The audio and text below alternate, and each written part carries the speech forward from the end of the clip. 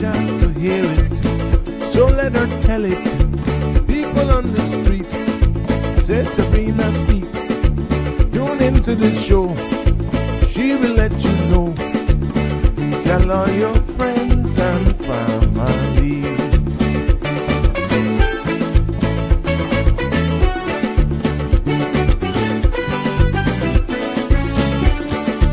Real talk is no joke.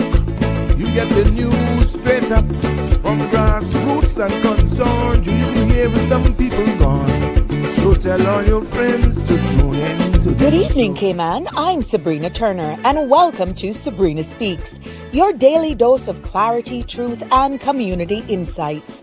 Every weekday from 5 to 6:30 p.m., we're tackling the issues that affect you, from national headlines to grassroots concerns. Whether you're in traffic or winding down your day, this is your chance to hear it straight and speak your truth. So buckle up, Cayman. We're not holding back. This is the show. We gotta let you know. Now we got to go.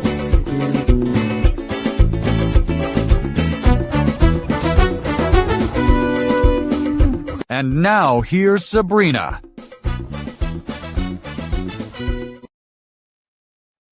Well, good evening, everyone. Welcome to, maybe off to a late start, but welcome to another episode of Sabrina Speaks. It is good to be here with you. Good morning, good evening, good night to our global family as well. Yes, and welcome back to this another episode of Sabrina Speaks, Voices of the Islands, Conversations for the World, the podcast where voices rise, stories unfold, and inspiration takes stage.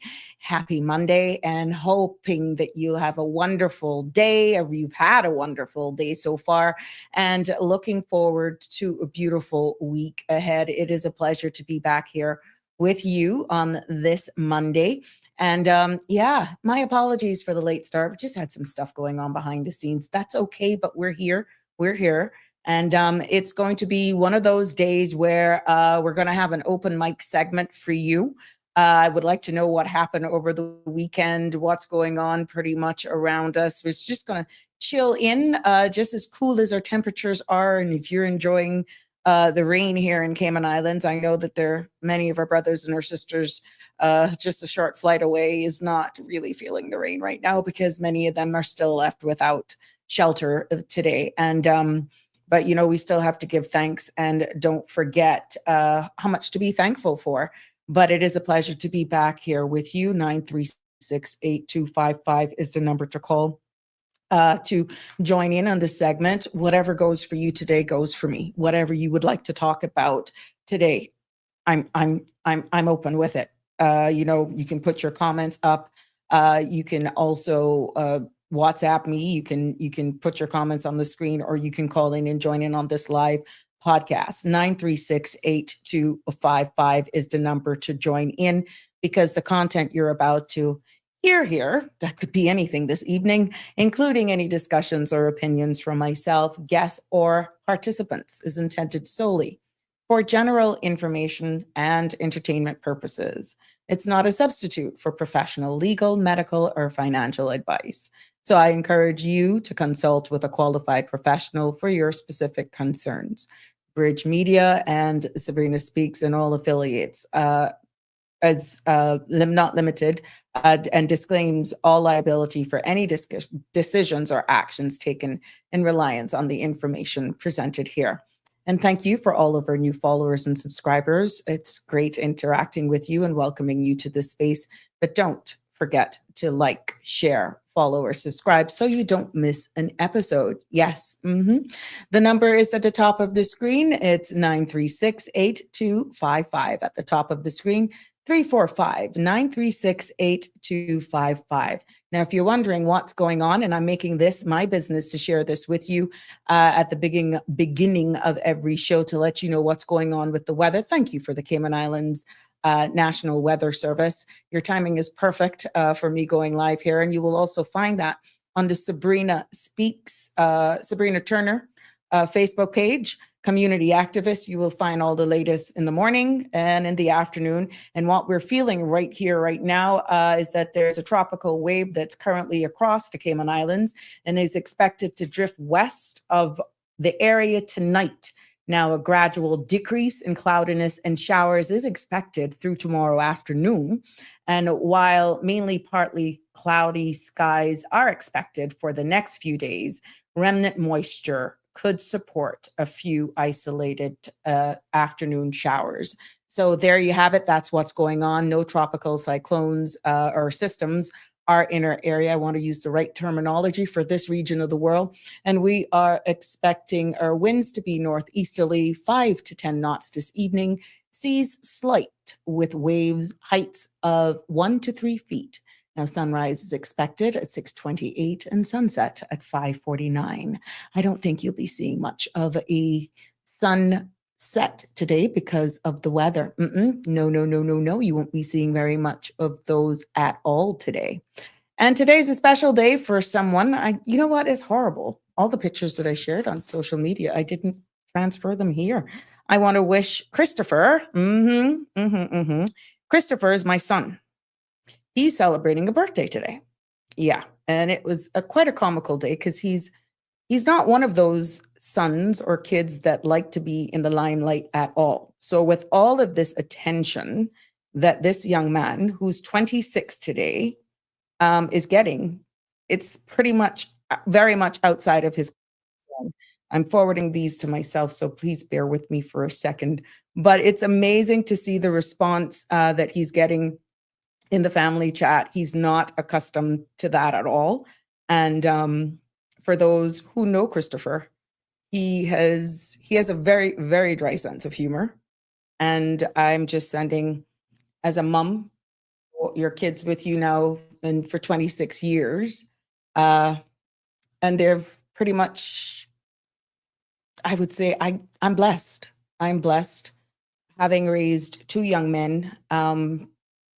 In this day of age, you got to give thanks. And today I had to ask him this morning. I said, "You 26?" Yeah, you know, bad when you have to ask your son. Just confirming. It's not that the time flies and they grow up so quickly. But yeah, Christopher today. And like I said, he's different. He is not in your face, but he's out there. He has a lot of friends. He have a lot of acquaintances, and I'm going to embarrass the life out of him right about now. Yeah, I'm going to do that. This is what it pays to be a mom on this podcast. Oh my goodness. Yeah. So nothing big. He has been out all day doing his own thing. At that age, they're not into all of the birthday parties, that sort of stuff. But I have two that was born in November. He's today, and the eldest is on the 8th. So yeah, so my Anne, yes, Anne, your son, yes. Yeah, I remember that, Anne. Well, this is Christopher. Yep, you remember those days when they were young, and OMG, they were just so innocent. And look at there, he didn't even have teeth. And the one little rice green that I think he had, he would go around and he would bite breeze. He would bite everything in his sight. And that now is this is what, a few years ago, about 6 years ago. You know where that is? Vernabraca. That's Long Beach. And this is what he has turned into now. A fine young man. I'm very, very proud of him for holding his head up high. Thank you, Jean. Thank you to all the wishes. You know, you just have to be so thankful when you can be this age now and see them growing into their own. And you see their own personalities. And I've shared a number of stories here with you on this platform about the difference in him and the eldest one, which will be on the 8th. I'll do some embarrassing pictures of him as well. But you know the difference in personalities in both in my case, both of them. I picked them up very quickly. I realized that one was very studious. One went to school, and they both did very well in school, I must say. But there was just one that took school totally different, and that was the eldest one. This one, if you recall, I told you that I have two. One says, you go to school, you bring home all the grades, and then you pay me to count your money. It was this one that says, you pay me to count the money. Okay. So he has a sense of humor. He is day and night in personalities between him and his eldest brother. But I just want to take this opportunity to say, to me, I'm going to be very honest, and also to Eric, job well done. Job well done. Eric has been a critical part in both of their lives. And yeah, I am very, very proud for what they are becoming. To tell you that I didn't go through those little challenges with them, of course. And then Medea comes out, and then, oh yeah, I make no apologies. I make no apologies when it comes to just being a true mom. I don't want to be your friend. I just want you to be the best version of you. And it has not been, I would say, smooth sailing. Like every child, they go through their phases, and he was no different. Christopher was no different. And I had to deal with that the best I could, not giving a blueprint at all from not giving a blueprint as to how to raise these kids, much less two boys. And but I had a very good and supportive family around my two sons. So Cameron, what you say? Pay me to count on the money. Yep, that's what he said. That's what he said. Pay his older brother, who was bringing home all the principal honor roll awards, champion boy, you name it. And the eldest one was bringing it home. Christopher was just like, I'm going just because the law says I got to go to school. And since I'm there, I might as well pay attention and bring home something. This one. But he did very well. He just did very well. And, I'm just very happy for the Lord's blessings and for seeing them now that he's 26. I got called to make sure I remember how old the eldest one is now. Yeah, but you'll get that on the 8th. But it's just so funny how they've turned into their own male, two gentlemen. One is married on his own, and this one is the last one to leave the nest. And I know great things are for him. And I just continue to pray over my sons every day. Like I have so much other friends out there who have sons, and their stories are totally different. And you cannot give up on your children. You can't, no matter what. When they go out to be with their friends, there's a few pictures that we shared on Facebook with their friends. And I remember one is now a pilot. He's in a picture that I shared on Facebook on my Sabrina Turner community activist page. He's now a pilot. And these kids have been a part of Christopher's life, or his friends have been a part of his life from primary school. And when you see them now going into their own, and they have always been the kids that come to the house and do the barbecues and that sort of stuff, they have remained in his life throughout, even now that they're adults. I can't believe I'm saying that, but yeah, they are adults. So yeah, it's amazing to watch them grow from this little man with a little rice green, biting everything in sight, and to growing into this living free. That speaks of his personality. That image speaks of Christopher's personality. Totally. And you know what? I'll share a little secret with you. Anybody knows macaroni porridge? Anyone, if you know what macaroni porridge is, please share it in the comments. That's his Achilles heel. He will kill you for a bowl of macaroni porridge. Mm-hmm. He loves macaroni porridge. And now here is he today, just starting into his own. Yeah, so he's fine. He's fine. You just give him a bowl of macaroni porridge and all, like how it's raining now. Good to go. He don't have not a worry in the world. Barbara G, good evening, my love. You see I messaged you. Mm-hmm. Hey, Marshall, good evening. Happy to have you with me, even though we're a little late on this wet Monday here in the Cayman Islands. C. Ebanks, good evening to you, my love. Miss Andrea. The phone number to call is 345-936-8255 on this open mic segment here with everything that's going on, what's happening over the weekend, what's happening even in our neighboring country, Jamaica, the latest updates with the deaths that I heard right now that's reported by the official government, officially by the government is 34. They're expecting that number to climb, not something that we really want to hear. But as time goes by, that is becoming definitely a reality. Hi, Damien Henry. Happy Monday to you, my dear. Barbara Ebanks. Thank you for the birthday wishes. And yes, Annie. Yep. Yes. Is it Troy? Which one of them it is, Anne? I know. Yeah. Thank you, Miss Jean. Shaka Zulu. Good evening to you. How are you, my dear? How are you? Wishing you a wonderful week. Regina, my birthday is on the 8th also. Yep. Well, my eldest is on the 8th as well. There you go, Patrick. He's the uncle of Christopher. Happy birthday, my nephew, Christopher. May God bless you on your day. Love you, bro. Laugh out loud. I can hear you now. Cameron, pay me to count on the money. That's what you want, huh? Yeah, it's just crazy. It's just crazy. That's a Cavanian dark humor. Cameron, you're right. You're right. This guy, he will just be in a crowd. You think he's not paying you any mind, and then he chimes in a conversation, and you'll just be rolling in laughter. He just comes out of left field. It's just amazing. Andrea, lucky you. Only 2. I had 3. Oh, really? And inherited every male their age in the neighborhood. Oh my goodness. No, Christopher doesn't even really like to go out. Once he may go out to work events with his coworkers and friends every now and again. He'll do a little lunch or a happy hour with the same little friends that he's had from school. And outside of that, I cannot tell you I've had any issues. Thank you, Jesus. I knocked on. Hopefully, this is even if it's an American, it would. I must say, I am blessed. I am blessed. Good men will always find their path. Oh, well said. Thank you. Thank you. Yes, Patrick, you know what I'm talking about. He would eat that macaroni porridge right now. I have had requests for thousands of dishes in my catering, but never macaroni porridge.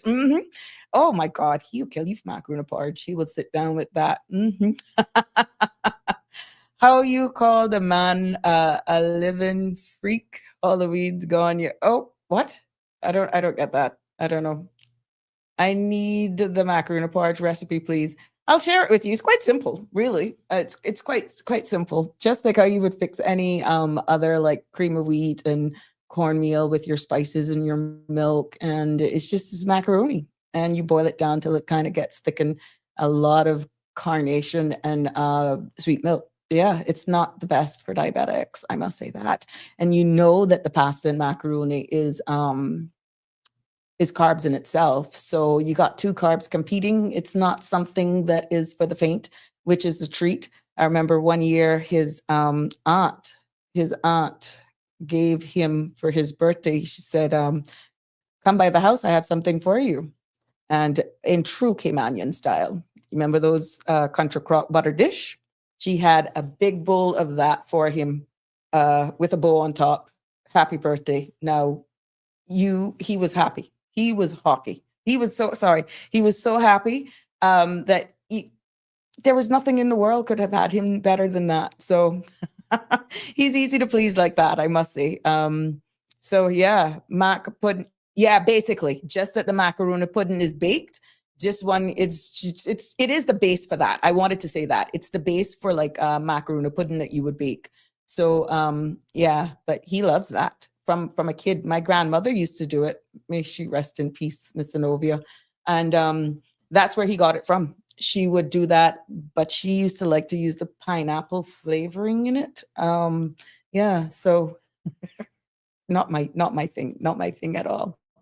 So yeah, for those of you, what's going on around us, like you said, and oh, happy birthday to everybody else as well who's going to be celebrating birthdays or who have celebrated birthdays over the weekend. Miss Annie Moulton celebrated a birthday as well. Miss Annie, Auntie Annie, happy belated birthday to you, my love.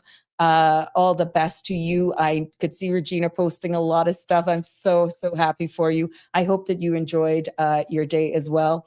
And wishing you many, many more. I hope that you had a wonderful birthday. And for all of those that are coming, please, if you send them in to me, 9368255 by WhatsApp, I'll be more than happy with a picture or something. I'll be happy to showcase them here on this platform. But if I don't know, I can't do it, which is why I do a broad brush Happy birthday greetings to everyone. Yeah, Miss Andrea, with raisins too. With or without. Now that's a BRCA thing, Miss Andrea, to be honest. BRCAs love raisins. They put raisins in everything. Some people like this macaroni with the porridge or the cake with raisins. Some prefer it without it. So it's to one's preference, to be honest. Hi, Denise. Thank you as well for the birthday wishes. CE Banks, I love macaroon pudding, so delicious, my favorite. Well, the holidays are coming up, so I'm quite sure everybody's going to get into this, and I can see that going crazy. Don't take much to please us. Cameron, you're something else, but it's true. Well, he's one. A little bit of macaroon porridge, good to go. Good evening, caller, and welcome to Sabrina Speaks. What's on your mind? It's Open Mic Monday. Good evening. Ruth Williams have a birthday just the other day, and then how you forget your good colleague, Ozzy, Bob Watler, both of them had birthday. Okay, I told you. And then what his name the Miles that I can't remember what Cynthia's son's daughter, she had birthday on Saturday or Sunday. Okay. I forget what her but he died. They used to call him Jamo, big. I don't know. I can't remember because I can't accept today. I don't know, but yeah, going. Yeah. No, well, like I said, if I know I didn't cross anything, I didn't cross it. I was Bob had birthday this week too. Okay, good. Happy belated to him. I did well. He got customer now because I messed up on a birthday Sunday. That's why I'm upset. I could have had my house top. It's coming, but I can't catch it. But I soon get it. Oh my God! Pull it and squeeze it. Shelba. I gave it to somebody else. They were laughing about me.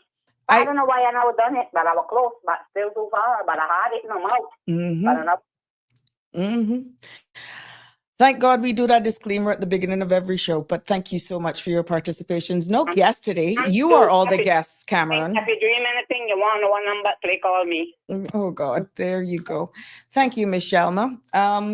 Cameron, it is an open mic show this evening, and the content will be from you all, whatever is pretty much busting up the seams for you. We are covering a recap of the weekend and exactly what's happening around us, because lots of things are happening. I do not have a guest this evening. Later on this week, we were expecting to have a few guests, but today we actually don't have a guest on the show. Hence, it's called Open Mic.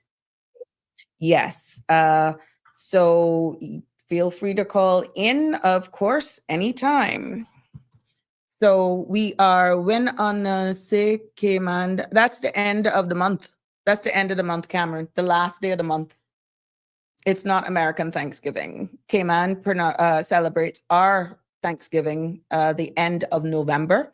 That's when we look at completing the hurricane season, and that's when we have it. We usually celebrate it over that Sunday. And I will share a prize if anyone. Oh God, I'm not gonna give it. You know what? I'm going to give a prize. I'm going to ask a question on the last day before the Cayman Thanksgiving weekend, and I'm going to give out a prize. I'm not going to say no more because then you're going to go and research it. I'm going to give a prize. Yes, I'm going to give a prize. I'm going to ask a question.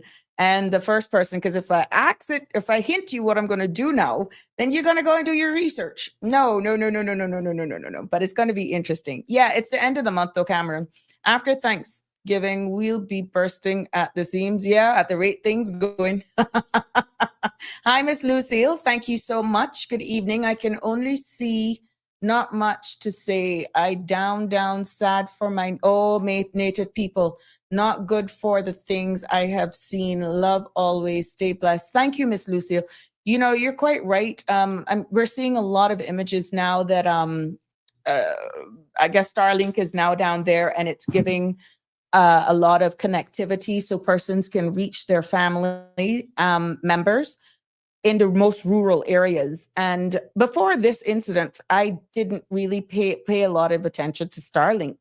And when I started doing some research about Starlink, that is really connectivity in rural areas, and it can work without actual lines. So you're actually downloading signal once you put in the code. They have one for Android, they have one for Apple, and it's owned by Elon Musk.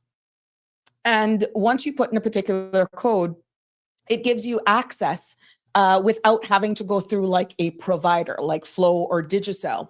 But it's usually used for like dead zones, rural areas where they don't have the necessary infrastructure. And until then, to be honest, I didn't know really a lot about Starlink, to be honest. And I saw where now it's a whole load of these Starlink devices that have been delivered in Jamaica. I saw an image just before coming live of a lot of these Starlink devices now for distribution in Jamaica for those persons who have been cut off, because the term maroon has been used a lot in Jamaica, because there are areas that there's actually no road whatsoever, and the only way to get supplies right now is by airdrop, even though the people have been hailed for their efforts in clearing of roads, creating shortcuts and that sort of stuff. And some of the only means of transport in and out of some of the areas is by motorcycles because of their sheer size. And they can go through some of the terrain that is just really muddy and mucky. And, that's the only how that they can get back and forth. So now some of the main transport in and out of some of these areas is by motorcycle, or getting supplies in is by airdrop, which is where those helicopters are key in getting supplies. One of the things that struck me, though, and I was into the conversations with even Miss Donnette. Thanks. Oh, update. I shared with you that Miss Donnette's son, she hadn't heard from her son. She's now gotten confirmation from her son that he's safe. He was actually in Montego Bay. Thank God his place was not destroyed. He's now back at work, and he was able to communicate with her. And, the stories that he's sharing for what he has seen is similar to what's on social media. And he honestly doesn't know when, normalcy is not going to be normal anymore. So I'm just happy to update, because I shared it on here, that Miss Donnette had not heard from her son. She has heard from her son, Ryan, and I'm happy that he's okay. But it's going to be a long process. Her sister now is housing persons in her home, and with kids and all that sort of stuff. But again, it's clear that they're running very low on water. There is no drinking water or clean water to even bathe. And that's going to take me into another conversation about these springs that are popping up. You see how the Lord is still providing. And just even some of the food, everything is just full of mud and muck and red mold. But that's what people are doing. One thing that keep popping into my head is that we know that the people need food and water and clothes. Come in, Shelma.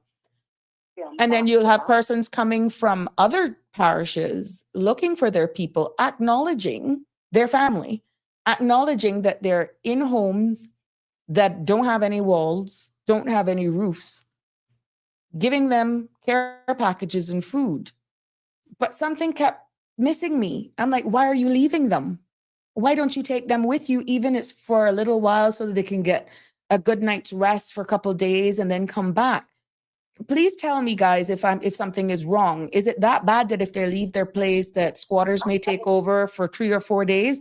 I do not understand. I honestly can't understand. There's one thing of giving care packages. There are areas that are saying people should be evacuated. I'm not getting into the politics of stuff. I'm just speaking common sense. I don't understand if I'm going to go look for my sister or my family in a different parish, that I go there and I see for myself that this is an elderly person and they don't have a roof over their head. The walls are gone. That it's going to take some time before infrastructure, clean water and stuff to get. To me, personally, they would be coming with me. That's just how I look at it. But I stand to be corrected. I'm not going to get into the politics. I'm not going to get into the culture. because we do realize that the looting and stuff is going on down there. Even persons are warned that if you're actually coming with supplies, to the point that they're asking for females to not necessarily come, that it's best for men to come, because the type rebuilding that is needed. So I'd like to get your feedback on that. What is your take on that? Yes, Michelle. I say don't say politics is politics, but just leave that alone. It's not tricks, it's tricks. But listen, what I'm saying, I was listening to the opposition, which is the PNP, but they don't want to hear them. And they want to work, I'm not going into it neither, but they want to work with, but apparently the other side do want to work with them. But what about them helicopters? Can they go into areas that you can't get in? They are doing it. And we're back to back. When we were first to start, we watch them coming in, and I say, oh my God, look at it. Because down there is Sabrina, my heart go out to the, and then they're not only going to have people that got killed, they gonna have people that done died that need to get out. Because one woman was out there crying, and she say that they got 2 diabetics in her area, but they can't. The thing is blocked; they cannot get in. And then people that need treatment, they gonna die. And then another thing is, it's a lot of. Then I got the treatment that they need for the people, because they say that most of the clinics so down to get sick down there, and I'm gonna be able. And then with all these things, borders and all these mosquitoes and all that, I feel it for that country. My God, I don't know if they ever get back, which I hope. And then this woman was even saying that they got these pregnant women that they took in, and one of them, she didn't even see her baby. When I said the baby probably dead, and the poor thing got food to know what devastation she went through and all of that. I tell you, I feel it for them. Them people in bad condition. Down there is bad. She said this is St. James, and she said it's South St. James or something, and she said they tried to get into some area. This is one of the women from the opposition thing. Walking, and she said 3 different areas that you could have probably tried to get in. They couldn't get in, so send the helicopters in, and then they said some of the places so stink because they had bodies, they had goats, they had animal. One woman said she had 300 chickens, and she said maybe about 12. She said her stomach get sick, so we weigh chicken. And then I even see one casket. I don't have that too, but that one in Jamaica. They said that person was buried a couple days ago before the hurricane, and you have to see how that went in the water, and that was turning that. I said, well, good thing they had that closed, because that it was a great casket. And I said, oh my God, look, I even ripped the casket out the ground. That put me in mind. When they say all of them caskets were out by the Bordentown police station. Correct. Yeah.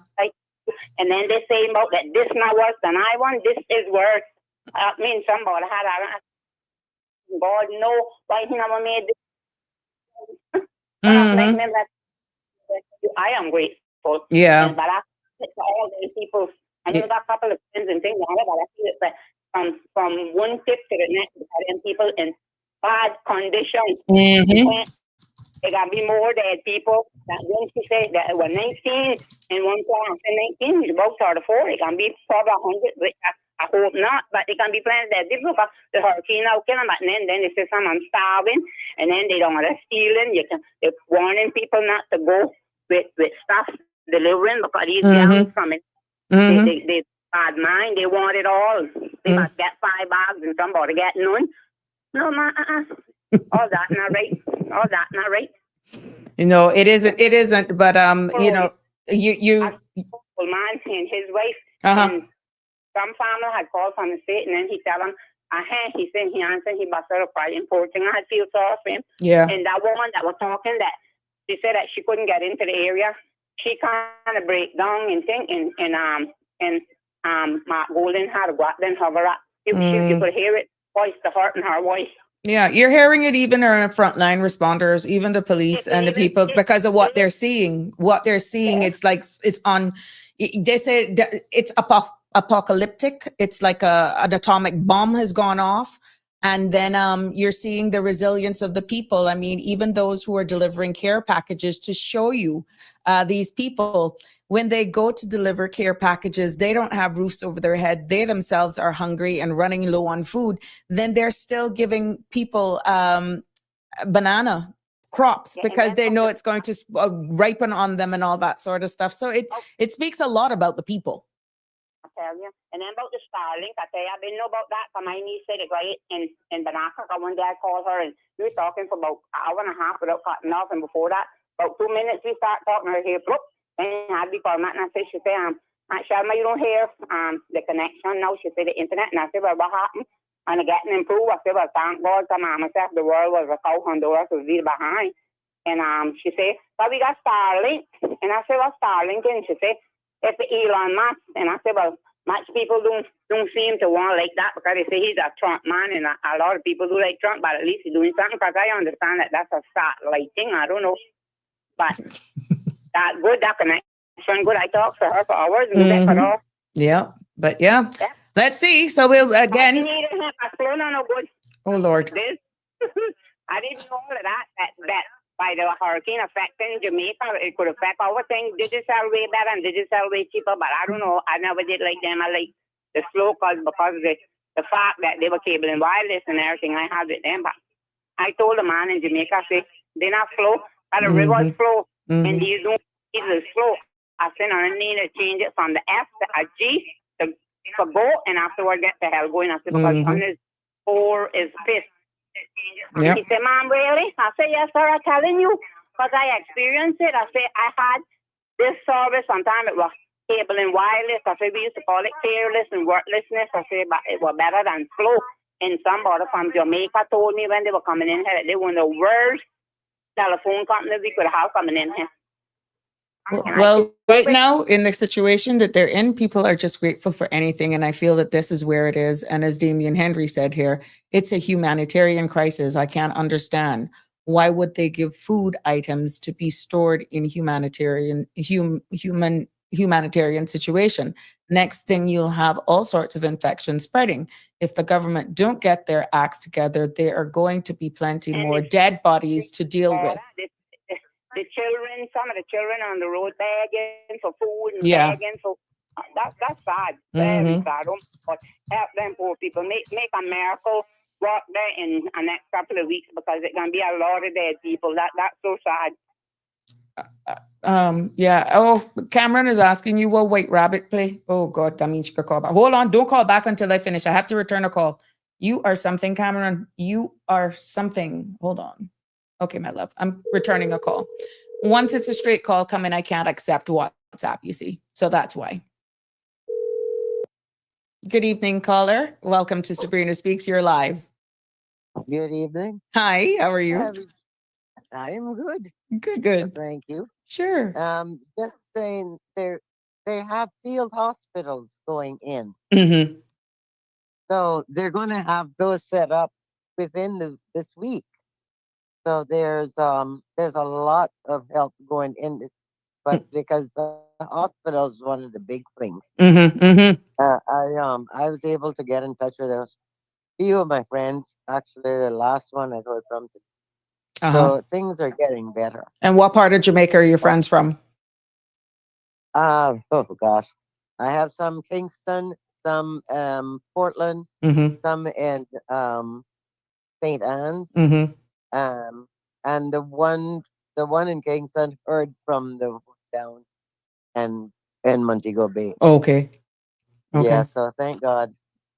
It's getting but it's rough. I know some of the images are so heart-wrenching. And when you actually see a lot of the podcasters, kudos to all the podcasters and the live vloggers that are out there that are walking miles on top miles, looking for people's families and providing live footage, right, for persons. And it says a lot for everyone actually in connectivity. And I think people are actually appreciating podcasters after this event because they are going the extra mile. They're the ones who are also, they are showing it to you raw, where the big news companies will sugarcoat or bring it in a certain level. They just give it to you raw, of course, respectfully. And I think a lot of credit has to be given, similar to the transport. What people are saying, they can't move up and down with the big trucks, but yet the motorcycles may cost you $400 for a ride or $4,000 for a ride, whatever the currency is, on the back of a motorcycle. You're too glad to jump on that motorcycle right now to get to back and forth because they can bob and weave out of traffic.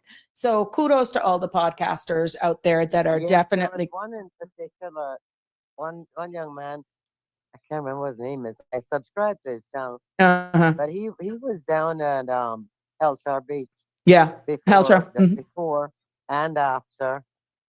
He's done a lot of before and afters. Yes. Checking back, 'cause I was looking for this particular person. I'm like, I wonder if he's gonna see him. I wonder if he's gonna see him, and he did. Yeah. I was Yeah. like, oh, there he is. Yeah. It's So yeah, It's really, really heart-wrenching. And what's interesting now, I can't remember exactly what part it is right now in Jamaica, that there's a number of natural springs now that are popping up.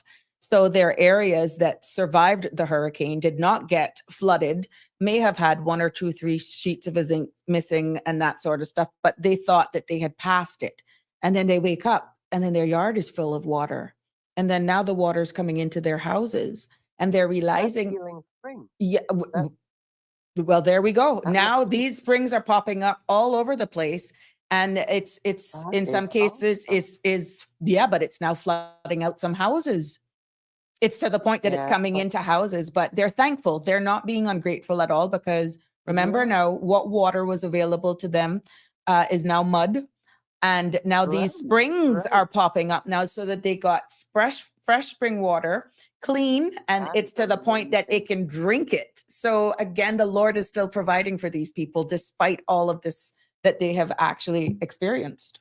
Mhm.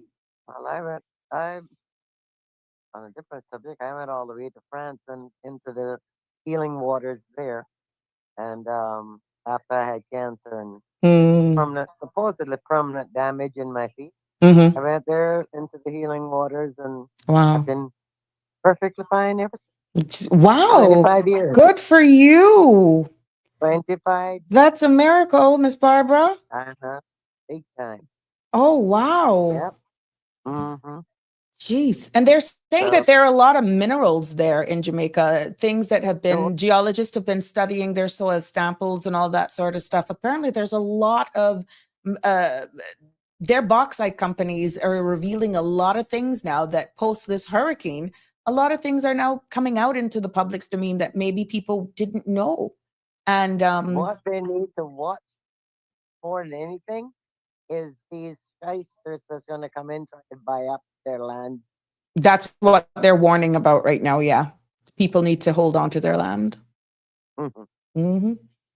But Because it's a long way of healing, and people get mhm, frustrated. And for those who are still cut off from the world, I saw another interview with a lady who said she had just spoken to her aunt or somebody, or she got into her aunt, and older elderly person, and she's like, "What happened? Like, tell me what has happened." And that was when it clicked to her that they really don't know how bad it is.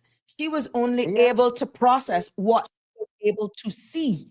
She didn't mhm, realize how bad it was. And can you imagine mhm, now you're where you are, and the only world you know is where you are right now? yes. You can't even wrap your Pe- head around this. Yeah. People lose it at times like this, Hmm. and they lose touch with reality. Correct. That's the Correct. other thing that they got to watch, Hmm. and especially older people. Yeah. They got to keep close watch on the older people because a Hmm. lot of them are speaking more than Yeah. and that's gonna be a long way back.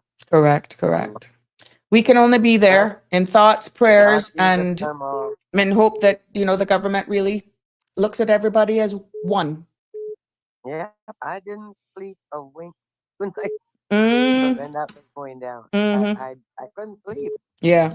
I dozed off for 1.5 hours one night, and then another 2 hours. I couldn't sleep because I was so worried about my friend over Mm. Well, I'm so there. happy That to was hear hard. about your story, Miss Barbara. Oh my But gosh. I'm so thank happy for you. that. Yeah, I really good. I I give God thanks every single day, and I actually took the holy water to my father-in-law, Oh wow. and it brought him back 10 years later before he Jeez. passed. Oh wow. That's Anyway, Thank you, my love. Thank you for sharing that story with us as yeah, well. thank you. Have a good Enjoy it. evening. Stay dry. You too. All right, my love. Yeah, Cool. bye. Bye-bye. We had another caller. Let me call that caller back because this is all about you. No guest today. You are the guest. You are my VIPs. Far too often we come here and we just talk. I want to hear from you today. You control it today. I don't want to hear about no white rabbit, yellow rabbit, green rabbit. Cameron, you're trouble. Oh my gosh. Good evening, caller. Good evening, Sabrina. How are you? I am fair to fine. How are you? Welcome to the show. You're live and Shelma is calling. Hold on 1 second. Oh God. Hold on. Let me try merge it. Who made me put you in my make me put you in my purple book? What I want is now. Tell me now. What's up? Just make me put you in my purple book. It's fun is fun, so I'm not talking about prostitution or whatever, but I want to find out from Cameron if he see the rabbit or he eat it. Tell him answer. Then I'll tell him what is. Okay. But if he see it, it's not a good dream. But if he eat it, it's not too bad. Okay. I hope that goes in the right direction. Well, once he responds, I'll let you know. He's in tune. I tell you, they say rabbit. To dream of a rabbit. They say to dream. Listen to me. To dream of a rabbit. Some bad accident. That's not good. Okay. Then to eat it is health. And it play one number 39. Okay. Thank you for that. There you go. Live and direct. Let's go back to the original caller. That was a pipe tin. Hello, caller. You're live on Sabrina Speaks. I dreamt of sharks the other night, and I asked Sandra if she's pregnant, but she said no. So, you know, they say when you dream about fish, right? I'm not going there. I'm not going there. I'm not going there. I'm not going there. No, man. What's on your mind, my love? I wanted to ask you a question because I'm listening to the conversation about what's going on with the Recovery efforts. Mm-hmm. Right. Mm-hmm. And I was thinking with this bill, this new reform immigration bill, right? And it had me thinking, you know, with climate disasters increasing, we talk about global warming and we talk about how the storms are going to get worse and worse as the years progress, right? Mm-hmm. Migration within the Caribbean is going to be inevitable. Now, I wanted to ask your thoughts on, has the government thought about a regional emergency protocol, or is, you know, one of the unintended side effects of this law is that we end up blocking even temporary refuge for our neighbors in crisis? That's where the Minister of Foreign Affairs and the governor will step in collaboration with the government. It would have nothing with the immigration law. If there is a huge humanitarian crisis, that's where national security comes in, foreign affairs, and just humanitarian aid. That's a separate caveat. Now, remember, if you can recall back when Montserrat had that volcano and we took in people, they eventually stayed here. We have persons that are prominent in our society right now that brought skill sets here that remains with us today, including their kids that they raised up here. If that is the case, in collaboration with the government, the Ministry of Foreign Affairs, and under those circumstances will actually kick in. So the facilities to work, of course, that would have to be taken into consideration, but these would be people who were displaced because of no fault of their own, but because of a natural disaster. Put the shoe on the other foot. What if it happened to us? So to be very honest with you, the Great Immigration Reform would not actually have any bearing, if little to any bearing at all, under the circumstances in which these people are fleeing their home country. But doesn't the bill increase the paperwork, the compliance? But in this case, it would be differently handled. Yeah. Remember, like when we had all those refugees, not necessarily, or they would be separate. It would be some administration, but it wouldn't necessarily have to take the same. Like, why would you refuse their work permit? Because they ain't got nowhere to go. Think about it. You see, so they would be under a specific category then, so to speak.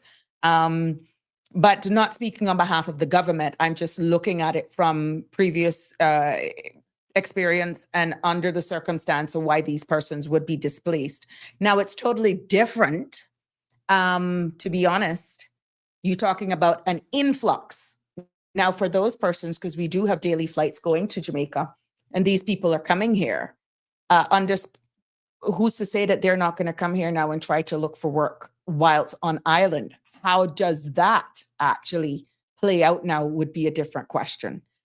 Because you could have persons coming here where the families are here, they can provide boarding, they can be their sponsor, but they're able to work, or possibly kids may be displaced for a while.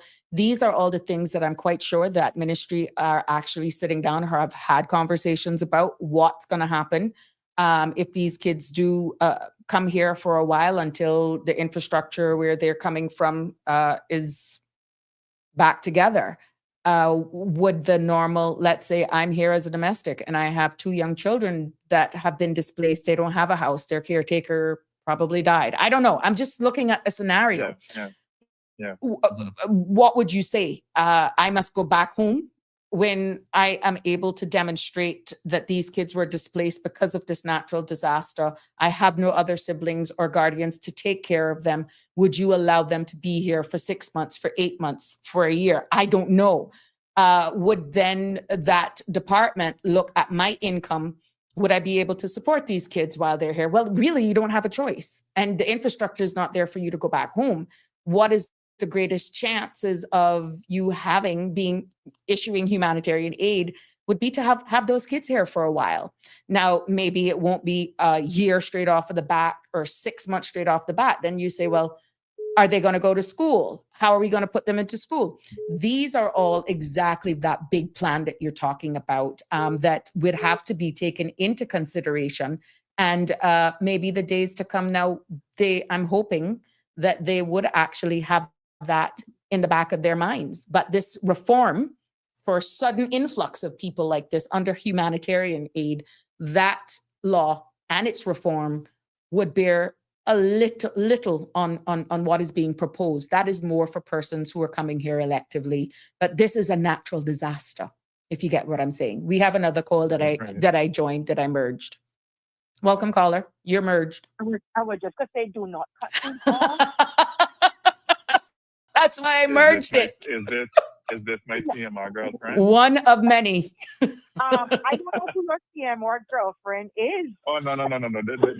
Sorry. No. This is one of many. That's why I said this is one of many. This is not this late night show, this is not the connection show, but I love it. I love it. What's on your mind, my sweet? I just want to say, I love when Eldon calls it. Oh my God. Mm-hmm. So you start a really good topic because after Ivan, right, a lot of Caymanians took off and went to other countries, but they were only able to go where immigration allowed, right? Mm-hmm. Whether they had a UK passport or not, certain, countries' doors were open to them. But it's not like anything was waived immigration-wise in other countries for us to land in, on their land. Mm-hmm. And a topic that came up, and I don't know where it went. It just was, I kind of overheard it in a social setting about whether or not our government know how we will treat the Cayman visa that Jamaicans are required to have to come into our country, of course, depending on their age, right? Mm-hmm. And this is it. This is the conversation, and definitely is sparking interest because where does humanitarianism? Where does that kick in? Yeah. Mm-hmm. Where does our safety start and stop? The protection of our borders, and we're already hearing and seeing, the awful criminal behavior that some people in Jamaica have, which we know has always existed. I'm like, oh my goodness, they woke up and they're okay, unfortunately. And they're already doing damage to their own people. We heard about the ones that held up, deliveries of goods by gunpoint and all that stuff. So I think that we have to be really, really careful. We want to help, but we have to be so careful, right? What we actually open our borders up to, and how do we navigate that entire process by screening and what not, what are we going to waive, what we're not mhm. going to waive. But keeping in mind that, of course, once again, when we went through Ivan, it didn't give us, you know, open reign to travel wherever we wanted to for our safety, or our children's safety, to continue education or whatever. We went to the BRAC. Well, we did. I did with my children. Yeah. We went to give them a break. But I know a lot of people that, of course, went to Jamaica, went to the U.S., went to Yeah. UK, and Yeah. That's true. they're based on what their opportunities were given their immigration abilities, right? Mhm. So I love that Eldon brought it up, and I'm going to continue to listen. Who the because hell is this Eldon guy? I don't know. Keep confusing me about this Eldon guy. Like, I don't know. All right, Bob. Okay. Bob the Builder. Alfred. It's Alfred. Okay, she's gone. Alfred, she's gone. She's gone. But yeah, it's quite interesting. I'm happy that the caller brought that up. Cameron is saying it's not a different question, Sabrina. It's a straightforward question. Is that okay? What do you? I wasn't sure what you're referring to, Cameron. But yeah, I'm quite sure these conversations, Joe Calder, is actually being had. And like what the caller alluded to, our borders now are really having to be looked at, because we want them, if you're going to enter our shores, at least do it through the proper channels. And are we at risk right now for people fleeing, as you alluded to, which was the first part of your question? And then what type? So I think a lot of people are going to think twice with what's happening in the Caribbean anyhow. Yeah, that's a total different topic. They may be mistaken as narco terrorist. I mean, listen, you know, like, I'm not saying that we should, because I hear what the previous caller was just saying. I mean, because you gave the example of you know, children of, you know, like you have a domestic helper here and now the caretaker is gone, or for whatever reason, you have to bring them here. There's nothing for the children to go back to. Let's say the person here doesn't make enough to really care for the child, but there's nowhere else to go. What do you do then? What do you do then? That's the difficult. Will government give assistance to those children, and will government give assistance to that family? Will they be put into the public schools that are still bursting at the seams? I mean, I'm not saying. Oh, wow. Listen, that caller rightly said, many countries opened their doors for Caymanian children who went when Ivan hit. Right? I'm not saying that we should close our hearts to people who are running from disaster, but will we have the resources? Exactly. That's the other question. Yeah. Can we accommodate them? But just to get your thoughts, and then I'm going to leave so that, you know, other people can call, and I don't want to hog the lines. Go ahead. In light of, there was an article that came out today on Cayman News Service talking about, you know, the immigration reform. I've deliberately stayed away from that topic, caller, for a number of reasons, because in me giving my opinion, it's usually taken out of context. So I'm waiting for all the public consultation to be over. And then, yeah, if you notice, I have been very quiet on it because of not that I'm scared to speak. No one's going to take my voice, but I don't want to be the one to say that I'm just spewing it a narrative because I have an axe to grind. No. Oh, no, no, no, no, no, no, no. So I have deliberately I've deliberately stayed away from it so that they can't say, oh, I was rubbing up this bandwagon here or that bandwagon. No, I did what I had to do with the current law in educating you all enough, hoping that that would have given enough platform. And if you've noticed, ever since that white paper went out, now that it's out for public consultation, I've remained silent. I've already given you a foundation of where we're coming from. Now, just go to the town hall meetings and hear for yourselves, hoping that what I shared before will allow you or open up your thought process to see what is proposing, whether or not it aligns with what my opinion in this case does not matter. And I refuse to actually dissect it as I had planned to because of the narrative that is being spun for now. All right. Yeah, so let's see what's going to become of it. That, I'll respect that. Yeah. Yeah, I have to. And it's it'll all make sense at the end of the day why I've taken this stance. You all want to call in and you think, but my opinion in this case doesn't matter. If it's something that popped out at you that has your concerns, by all means, you can air it here, but my opinion does not matter in this case. Okay. Mhm. All right. Yep. But at some point, I Okay. will go through. I don't know the 28-day consultation. This is a part of their town hall. I think they're East End and North Side today. I think whatever they're doing for their town halls, I'm hoping that people are actually supporting, that they're asking the right questions, and that it's actually going to yield whatever it is that they wanted to get from this. But once that is over, which town hall meetings, they are rushing this too fast. See, Danny, there you go. I'm going to read it. I know it's a rush. It is, the holidays are here. That's all I will say, because I've said it before. Trying to rush this and ram this down people's throats for the amount of questions that is being asked, I feel it should be something that'll brought in the new year. That's all I will say on this. It is too rushed. And I would welcome Danny to call in, because I think he was at one of the meetings to give us his feedback.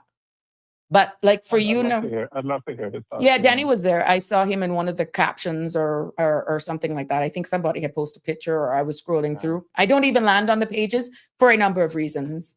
Yeah, he's really knowledgeable when it comes Correct, to things like law correct. and stuff. Yeah. But he has been asking for it to slow down. He's been asking it for it to slow down. What I have been able to read, what I have actually gotten back, I say it deserves to be slowed down. So, and Danny is calling. All right. So listen in, my love. All right. Cool. Will do. Good evening, caller. Thank you for calling in. How are you? Not bad. How are you? I'm fair to fine. You heard what the discussion was in regards to this public No, consultation. I missed most of your show today. No, it's open mic Just- today. It's open mic. So yeah, but now it's gone, and we've gone from the recovery efforts in Jamaica to persons being cut off to Starlink, and now we're here in regards to these the public consultation. Someone was asking me my opinion, and I've refrained from giving my opinion on it. And I just want these town hall meetings to just happen. Well, are you able to tell what the bill is saying? It's all over the place. There's a lot of words. Well, the reason I'm asking this question is that, I mean, What's your This- take back? Because you've been to one of the, these. the but the way that this bill is presented to the public, I know that this is standard how they normally do it.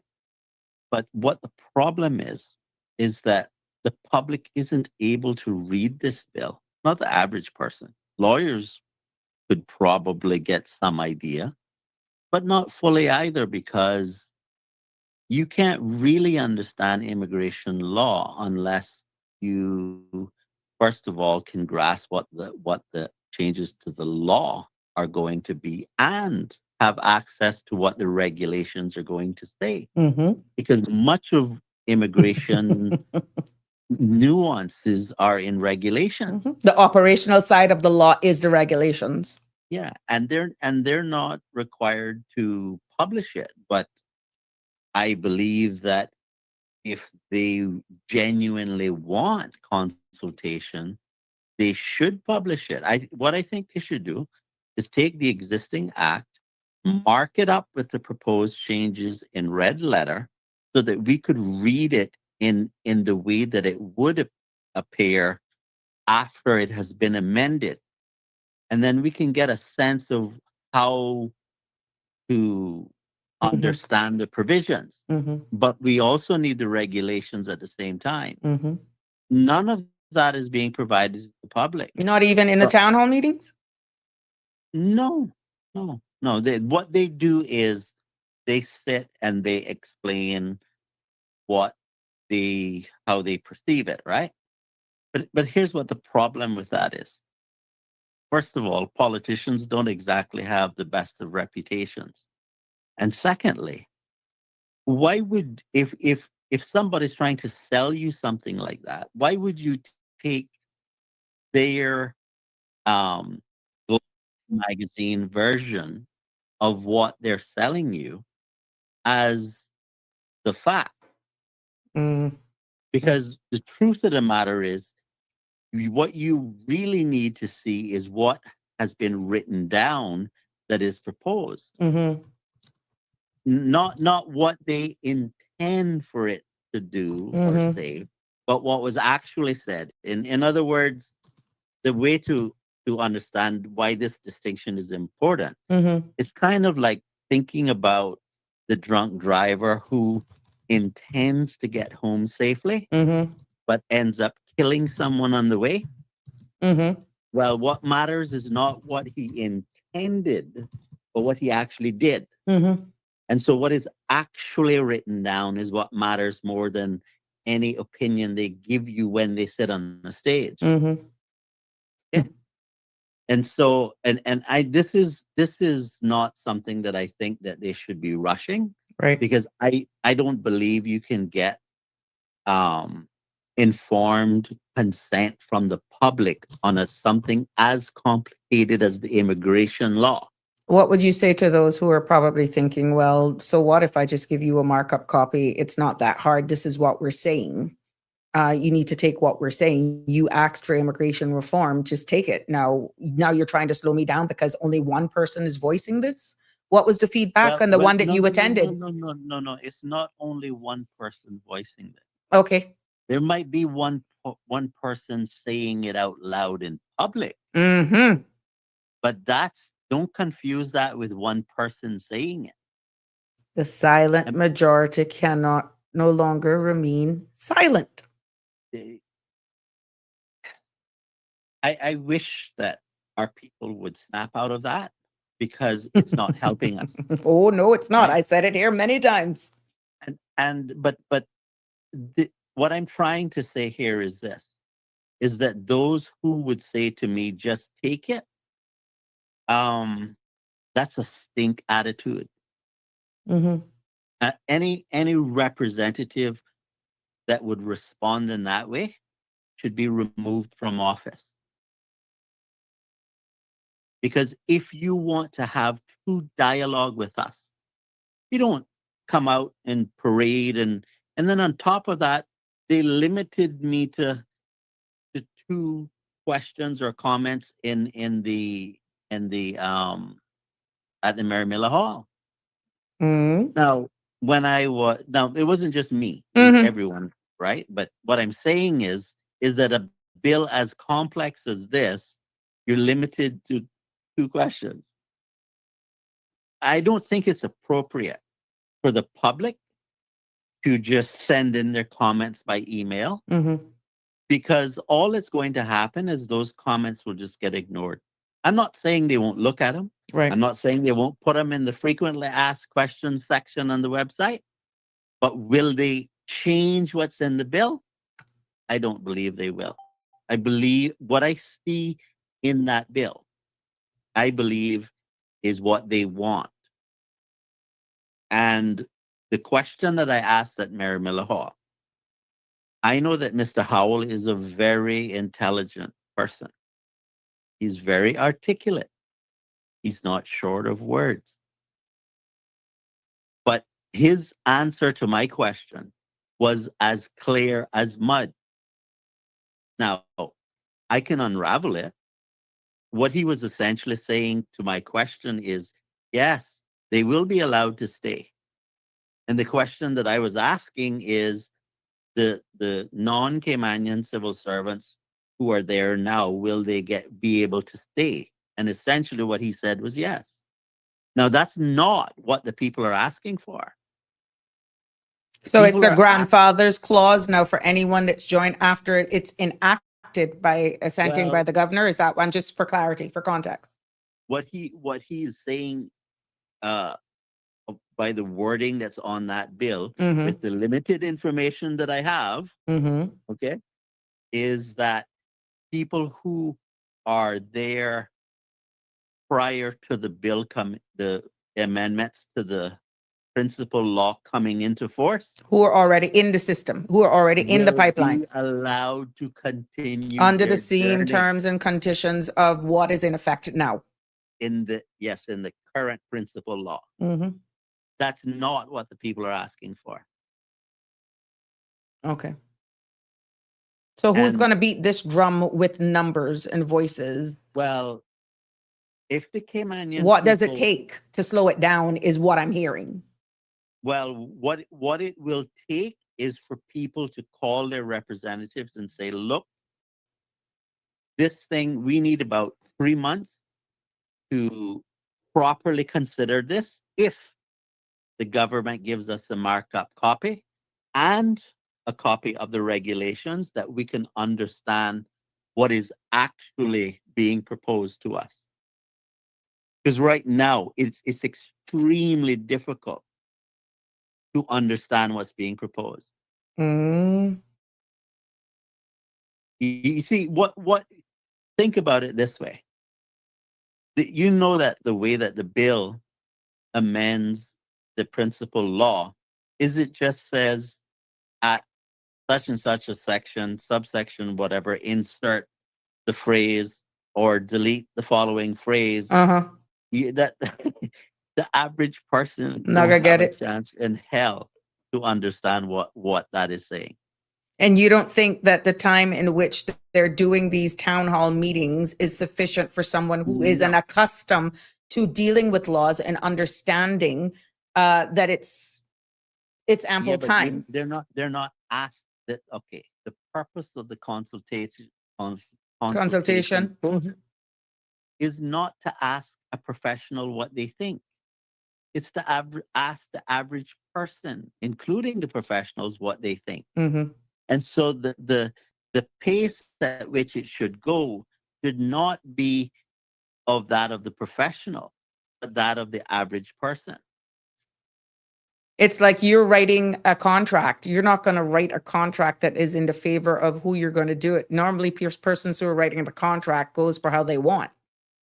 Well, if you and I were in a negotiation, right, Mm-hmm.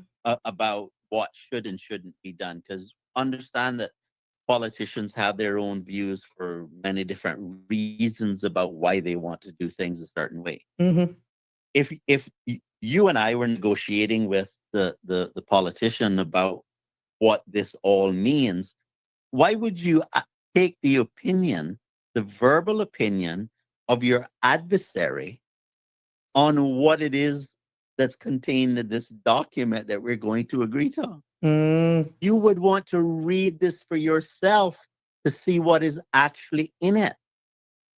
But the form in which they're giving it to us Mm-hmm. is like it's like if you had a book of 5 pages in it, Mm-hmm. and you tore all the pages out of the cover, and you kept 1 or 2 of the pages for yourself, Right. and you say, well, try to figure out which page goes where and what it means.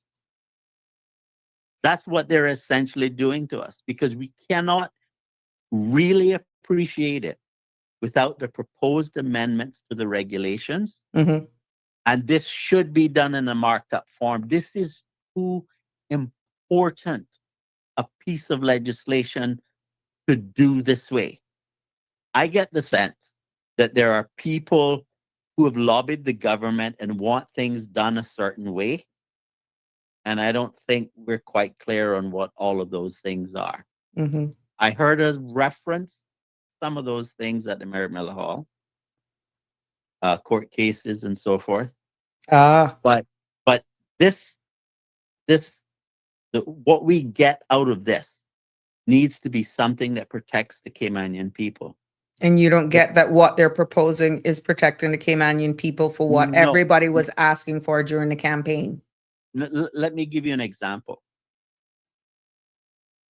The concept of having Caymanian status as of right and or by grant, that is too wordy for how the law ought to be written.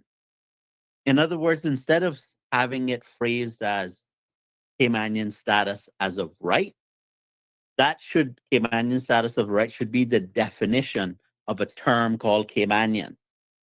So you should just say Caymanian, and a right to Cayman or Caymanian status of as of grant by grant should be new Caymanian. Now, I hear the argument that that's divisive. I think that's nonsense. And the reason why it's nonsense is because these concepts already exist in the law. I am just saying, let's define it using a term that allows us to write the law in a way that would be clearer for the average person to understand what the immigration law is saying by using the term Caymanian and New Caymanian. Now, I know that there are some people who are going to say, no, I don't want it to say New Caymanian because people don't really appreciate that when you give someone status, Mm-hmm.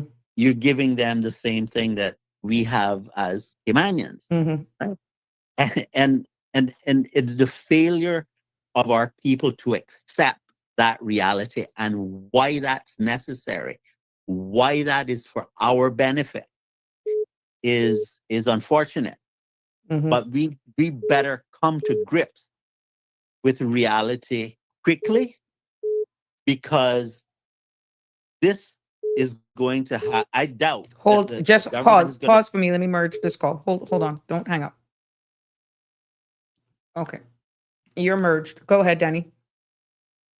I doubt that the government is just going to turn around and do a major overhaul of the law again. Mm-hmm.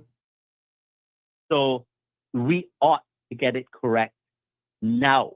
We don't have room, the room for error Mm-hmm. like we did before. Mm-hmm. It's too important. Now, I happened to make my way down to General Registry day before yesterday, Mm-hmm. and I inquired about what happens if you search the database for all of the births for, say, a given year. Mm-hmm. Can you filter them by people that you believe are Caymanian? And the answer I got was yes. Now, what the person also said is that work would have to make the final determination about the accuracy of it. Uh-huh. But the point that I make, which I think is a correct statement, that because only work can give the acknowledgement, right? Mm-hmm. Mm-hmm. So, but if you had on the forms when someone is when a child has been born, Mm-hmm. a field where you write your acknowledgement number on there, which would be evidence that you're Caymanian, which would be evidence that the child has a right to Caymanian as of right. But that's only to those parents who were born after 1977. Anyone who would be before. Correct. Because you don't Correct. get an acknowledgement number unless you have generated an immigration file. And Correct. pretty much like a docket number at the hospital, once you file an application with immigration, you're appointed a immigration reference number that is on their Correct. top left hand as RREF. But Correct. yeah. However, you can then have another field for those where you provide either your birth certificate number or your date of birth, place of birth. Because remember, this is being filed with General Registry. That already The has, that general- should have the data anyhow if you were born here. Right. But if you're making a claim, you should fill it out just like you do any other form. Right. Mm-hmm. Mm-hmm.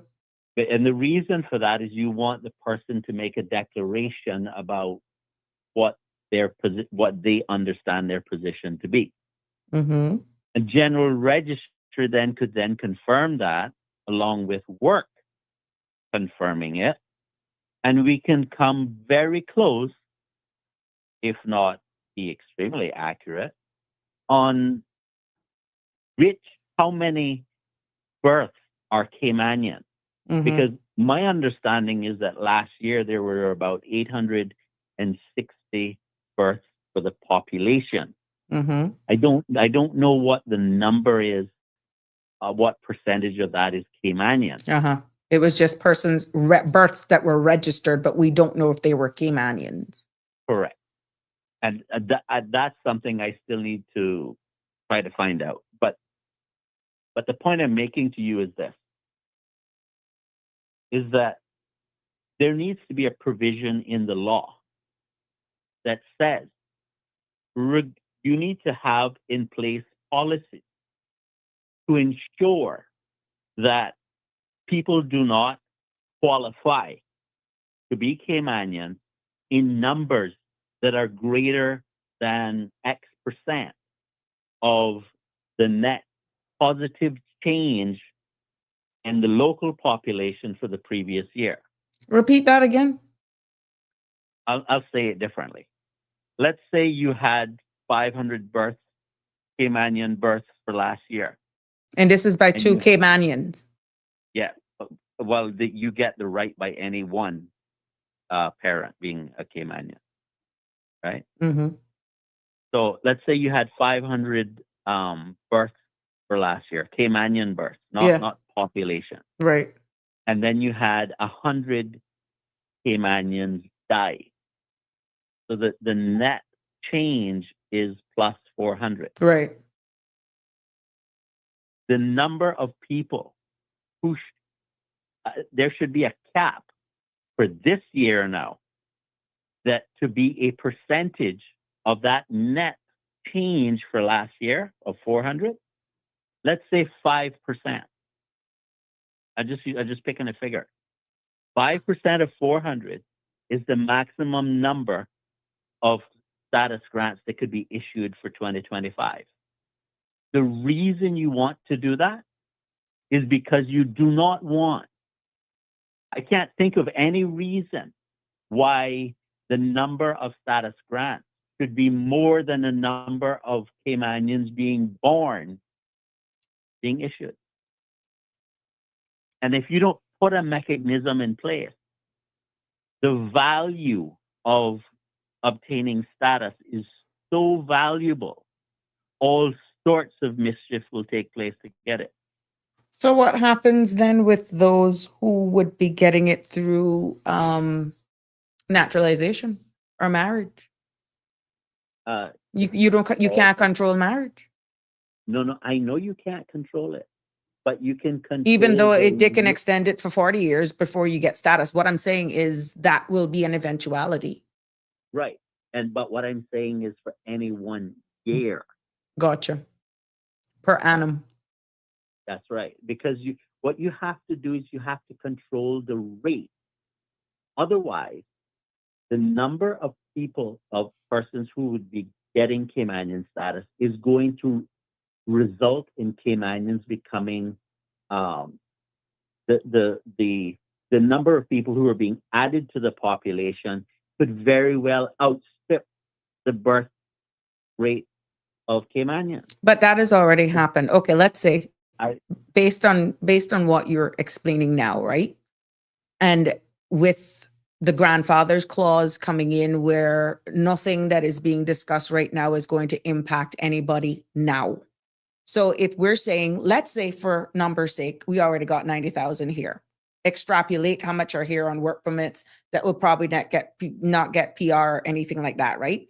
Let's say of that 90,000, the real number of us that would acquire Caymanian status at the end of the day is 75,000. I'm just pulling numbers here, right? Yeah. But then I have sons, my cousins that are generational for the sake of this conversation. They could be dropping their little whatever all over the place. How do you measure that then?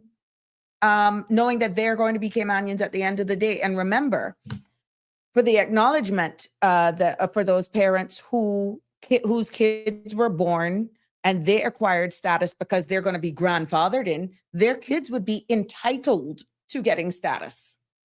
So this and that's not a problem. The cap is applied to those who would get it by grant, which not by as of right. But the grant then would still be those on the grounds of descent, on the grounds of marriage, on the grounds of naturalization. You can't cap those. What we're talking about, those by grant. I know.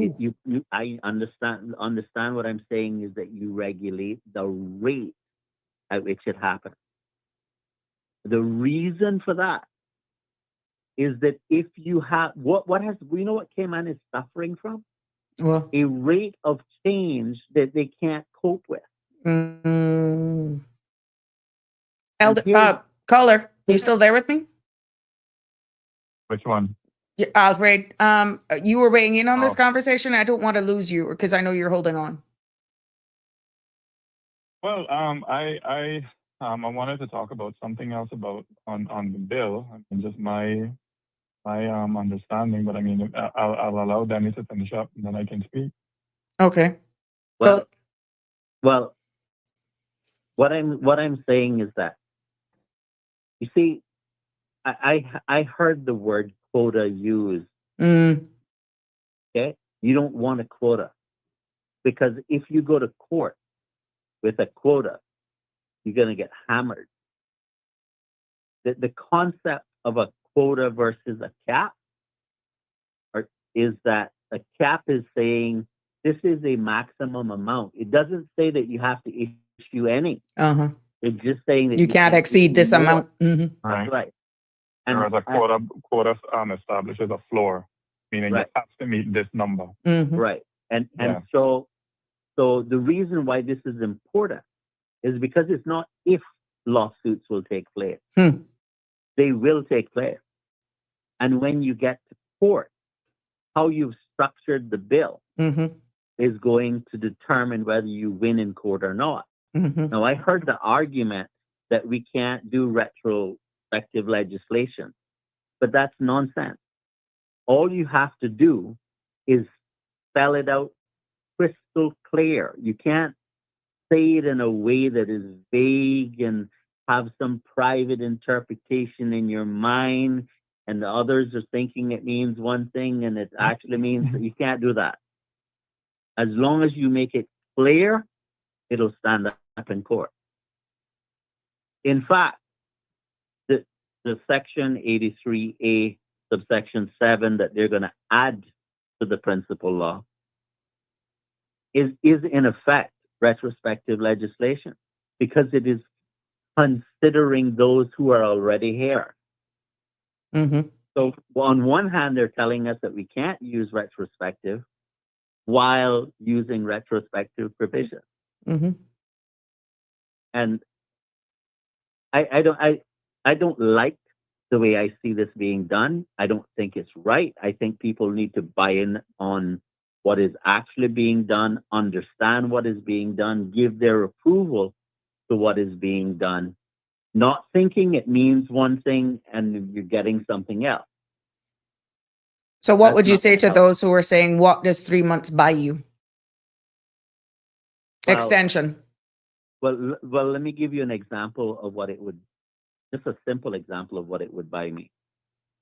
All right, so I went to the Mary Miller Hall, and they said I could only ask 2 questions or address 2 issues. Well, one of the rebuttals that I heard about me saying that was insufficient is that, well, do you want them to stay there all night? Ooh. And my reply to that was no. But that's why we need more time. In other words, you need more nights. A longer period of time in which to have a proper discussion. We need a public discussion about these issues, you know. It doesn't help the public. But that's what they're doing now with these town hall meetings. That's public discussions. In the absence of a proper draft that we can follow along and say, well, actually, what you have written down doesn't quite say what you're telling us, or it does. Well, Denny, can I ask you a question? Yeah. All right. Because it kind of not really related to the status per se, but I mean, me doing a cursory reading of the bill. I'm curious to hear what your thoughts are. I mean, Sabrina said that she is not going to comment on it, so I'm not going to ask her to comment on it. I respect that. But one of the concerns I had while the bill is well intentioned, we always talk about the unintended side effects of laws when they're put in place, right? Yeah. So one of the things that I was thinking of how the labor market would tighten under these new terms, right? So here's how it plays out in my mind based on my understanding of what I read, and I'd love to hear your thoughts on it. So the new rule says that if a work permit holder wants to change jobs within their first 2 years, they have to leave the island for a whole year.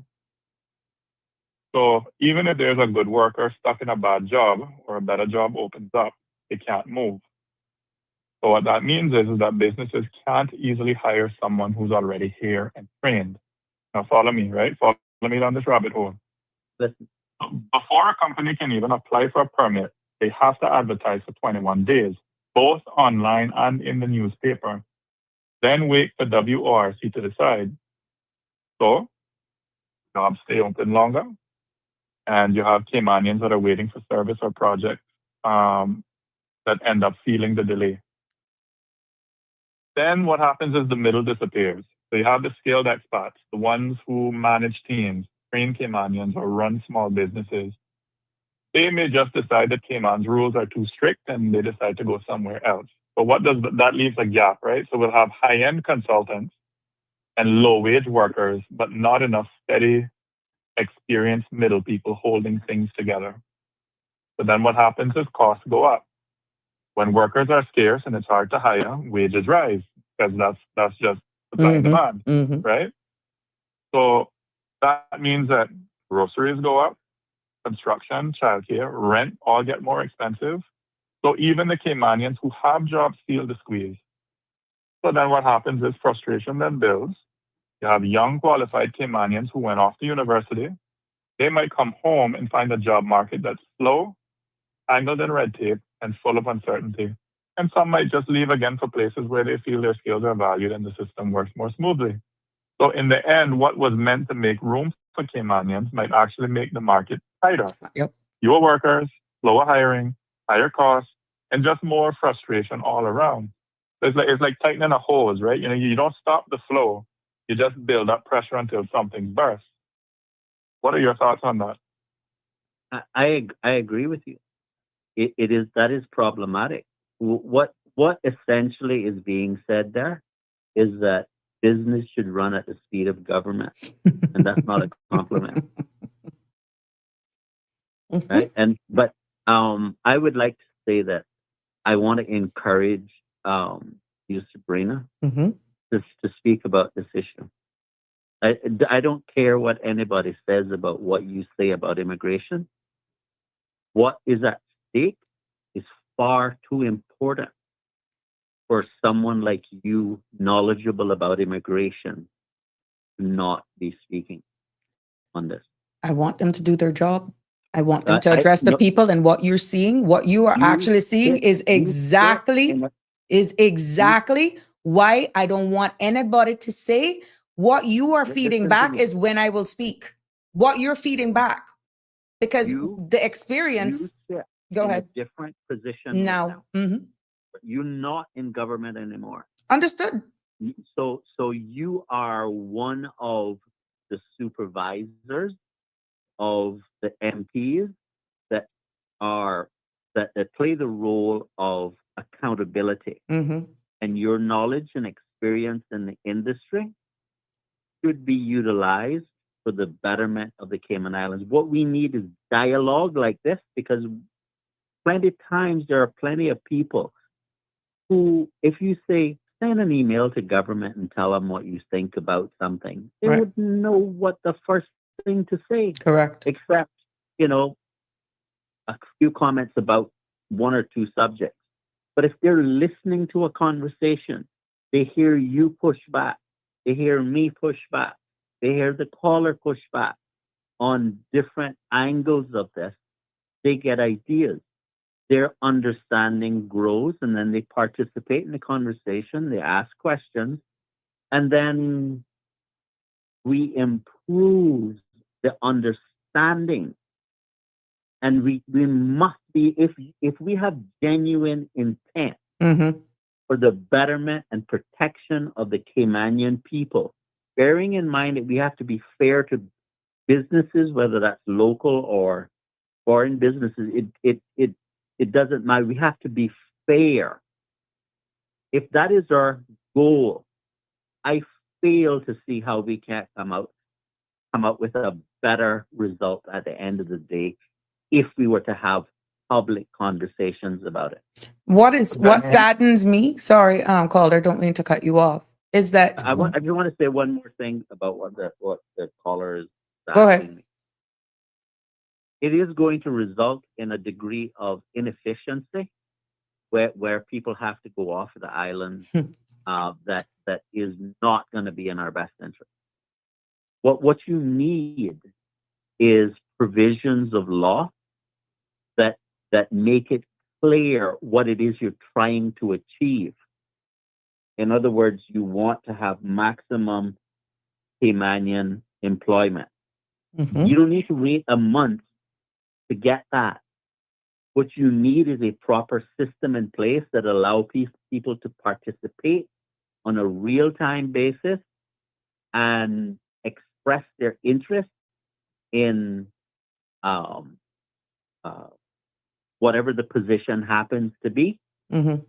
Place obligations on various parties to say, okay, let's say the immigration board, uh, or let's say you're looking at issuing a work permit. What you need to have is certain pieces of information. One is a Caymanian available for the job? Mm-hmm. Now, just that question puts an onus on each person to be responsible to say, if I'm looking for a certain type of job, I'm going to make it known that I'm looking for a certain type of job, right? So we have a part to play. So we have to make that known to the relevant decision makers so that they could know whether a Caymanian is available or not.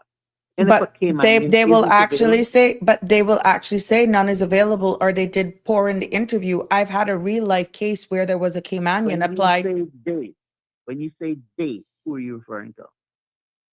Employers, I don't think she can say that. Exactly. employers will actually communicate to immigration that they interviewed, let's say myself and Sandra, but we did very bad in the interview, and this person, the work permit holder now, would the non-Caymanian now meets all of the requirements. And what will happen is that nobody's double checking that I was even called for an interview, or that Sandra was even called for an interview. I have a real case right now where a lady applied for a job at an organization and requested, got a letter that, you know, she was shortlisted and all this sort of stuff, but she didn't do well in the interview and they apologize. She's like, what interview? I never was called. My advice was go back to immigration and say, look, I applied for this position. They have communicated to me, here it is in black and white, that I didn't do well in the interview, but I was never interviewed. It's the due diligence then on immigration to double check that. But many times, by the time that get to that file, the work permit would have been granted. You see, this is where I say that the question puts an onus on each individual. If I applied for a job, okay, and I didn't get the job, Mm-hmm. the onus should be on me, and we should take on that responsibility. As in the applicant. Yes, to inform immigration through the database that they're developing to say, I applied for that job. Here are my credentials. Okay, so that could be another built-in layer of that platform. You don't ask. Can I jump in? Go ahead. Tangent to what y'all are talking, right? One of the things that years ago, I saw an advertisement in the Cayman Compass, and I don't remember it word for word, but it went along something like this, right? Seeking X position, come in, must have a master's in underwater basket weaving, must be able to speak English, Spanish, French, Chinese, and Pakistani, must be proficient in this extremely specific computer program. Caymanians need only apply. Mm-hmm. Knowing Right. that now, okay, man, you can meet that requirement. Well, this my thing. And on the chart, let me put the pay, $20,000 a year, right? So on the offbeat that you do find a Caymanian who does have a master's in underwater basket weaving, can speak English, Spanish, French, Chinese, and Pakistani, who's willing out of desperation to take the $20,000 a year, right? They work them to the bone for whatever reason, frustrate the Caymanians, and then when they get who they really want to get for the position, take the position, they give them the Caymanian left, or we couldn't find any Caymanians. So we got now the person that we really want to come in, read work permit holder. Oh, well, you're doing a great job. We're going to up your salary from $20,000 to $60,000. Is there anybody who's tracking that? And is there anybody who's tracking these job descriptions? Nope. I can tell you that right now. Nope. Because all immigration has to do is they rely on the information that is declared in the work permit. There's nobody going in to spot check these things. So going back to Denny and what Denny is talking about, right? There needs to be a more robust system in place to weed out all of these inefficiencies. Well, I just want to say one thing. Part of okay. So you talk about the newspaper, right? A newspaper is just another version of Facebook. Facebook is another version of a WhatsApp message. It's just a chat. It's just an ability to post a message and reply to the message. That's the basic concept. The system should list the jobs that are available. The employees can attach a comment for that article saying, on such and such a date, I applied for the job. Here are my credentials. Right? And so you get this thread, this conversation between the 15 people and the employer and immigration on that one ad.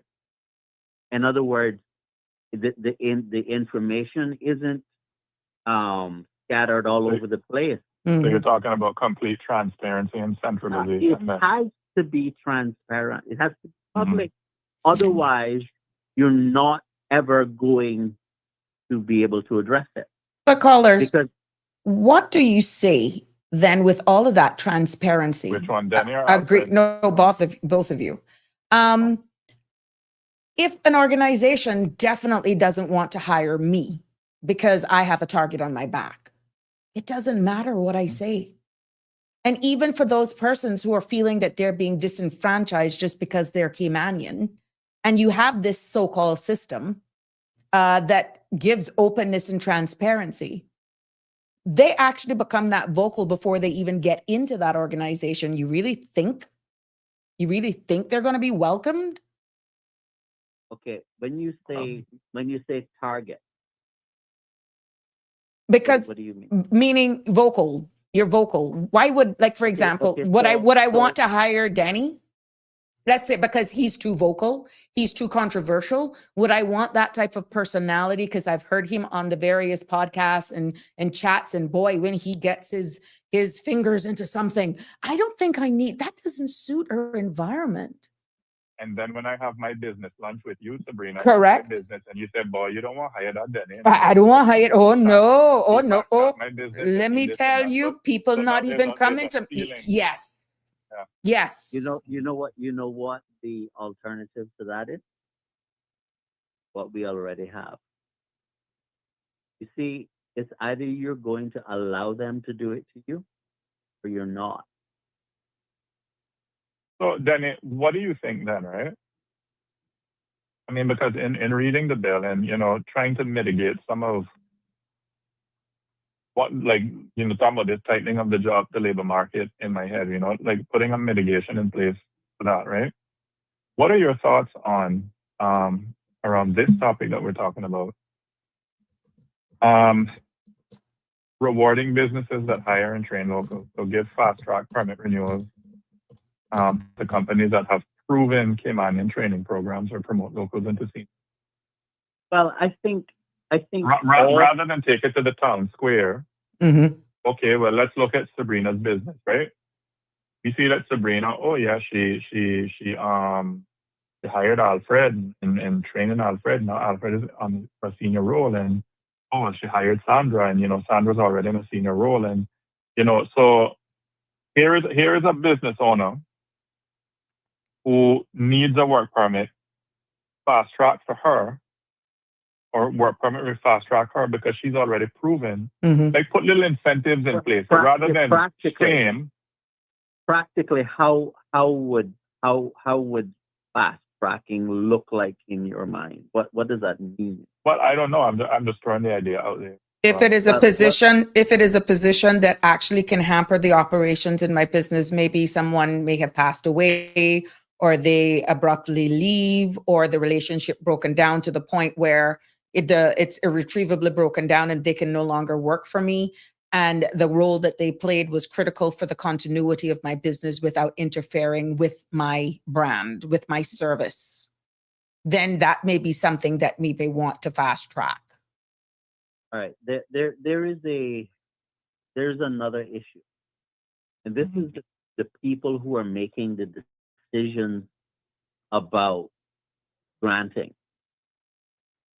Obviously, the integrity of everyone involved in running this machine is critical, because you could have people decisions that are inappropriate. Mm-hmm. Right. So we have to think about how do you design a system that does not allow that to happen. Mm-hmm. And this is why transparency is important. You see, when you ask fast track, let me tell you what comes to my mind right off the bat. I want all of this process to be fast. Which is what people are calling for, a better, efficient system. Right, but so if you had a database in which the record of a job being available, and each of the interested parties could put their 2 cents in it, and everyone can see what's being said around this, then it's just a matter of, okay, these are the facts. We make a decision based on the facts. If people do not want to step forward and stand up for their right, which in this case, the people that you're talking about are the applicants. Right. They're going to get left behind. They're going to be mistreated. Well, what do you say? What do you say to those organizations that is just looking, let's say, for, let's say, a human resources manager, and you got, let's say, 60 Caymanians applied for whatever reason, and they choose someone who's not from here. And you have this transparent platform to say, well, I'm the one for the job. I'm the one for the job. And every one of those Caymanians saying, I'm the one for the job. How do you deal with that then? Well, you know that the I think it's the, is it the public service? The public service management law, I think it is, where they talk about whether a Caymanian has qualifications that are equal to that of someone else who's coming in, right? Similarities. But what if you have like 17 people that are on the same level? How do you make that choice? I'm going to address that right now. Because you see, no. You see, here's what the problem is. The problem is that what's being said is that the Caymanian has to have qualifications similar to that of someone who's coming in. Okay. You need to flip that around. The question, it shouldn't be whether Caymanians are as qualified as someone who's coming in. There's always be somebody who's far more brilliant Then than you, you are. yeah, by And far. have one more question is, certificate than you. The question is, do you have the qualifications to do the job? Mm-hmm. That's what the question or should be. Because what you're saying when you're saying, do you have a Caymanian to do the job? By definition, you're saying that the Caymanian is capable. Mm-hmm. So the question is, what are the particulars, which would be different for different jobs? What are the particulars that make someone be qualified for the job? You're going to have to articulate those things. Mm. All right. Can I interject there? Go right Yeah. ahead. With that now, right? And I'm just throwing this as an idea because it just popped up in my head, right? In those Ivy League universities in the States, they have this thing in place where, they want the top of the top student, so like Harvard, you can only crop like, I think like the top 5% or 10%, those Ivy League schools, right? Mhm. Right. And the British equivalent, right? Right. And, there's this, well, when I was going to school, I think the perfect score was 1,600. I think they've raised it now to 2,400. For those who don't know, I'm talking about the SAT, the American Yeah, SATs. Yeah. Standard Achievement Test, right?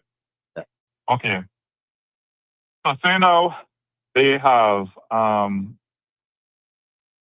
said now, okay, well, you have Denny and I are applying for this one last seat. Or let's say it's Denny, Sabrina, and Alfred applying for these 2 seats that are left in the school, right? Mm-hmm. Or the 1 seat.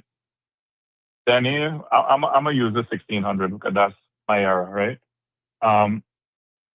Denny has a 1,400 on his SAT. Alfred has a 1,450 on his SAT. Sabrina has a 1,500 on their SAT. Oh, we're gonna pick Sabrina because Sabrina has the highest one. Now, does that make Sabrina Better for the a job. better student just because she has? Because I hear what Denny is saying, No. I hear what you're saying as well. It doesn't. You could have a PhD that's an idiot. Well, you're not gonna find no disagreement there. I mean, we call it educated jackass. But this is the point why I'm saying that the criteria. Hold on. Follow me. So, in a case like the school, right? It was suggested. All right, here what? In the event that you have a limited number of seats available, but you have more than that number of people who are applying, rather than, all right, well, take the top of the top, establish your baseline, whatever that baseline is, right? Let's say, using my example, let's say that baseline is 1,300 on their SAT score. Everybody who meets or exceeds that, we put them in a lottery. I mean, I'm talking about the fairest system across. Because Sabrina, you brought up, what if you have 17 Caymanians Mm-hmm. who say, well, I should get that job and I should get that job. But I think in a scenario like that now, Mm-hmm. if all of those 17 people, as long as they meet the baseline, put it to a lottery. But who would be doing that? Make the lottery public. Okay, but Oh my gosh. Or as public as possible. Here's what I would say about that is that I'm you're just gonna have idea to out look there. at You guys you're gonna know. have to look at the type of jobs that you're talking about. Mm-hmm. Because let me give you an example. If the office that we want to fill is that of a judge, you want that person to be the sharpest. Yeah. That doesn't necessarily mean they have the most credentials. I'm talking about their capability, right? You want them to be the best. But do you need to have 1,600 in order to be a waiter? To be a carpenter? To you name the jobs, right? In other words, there are some jobs where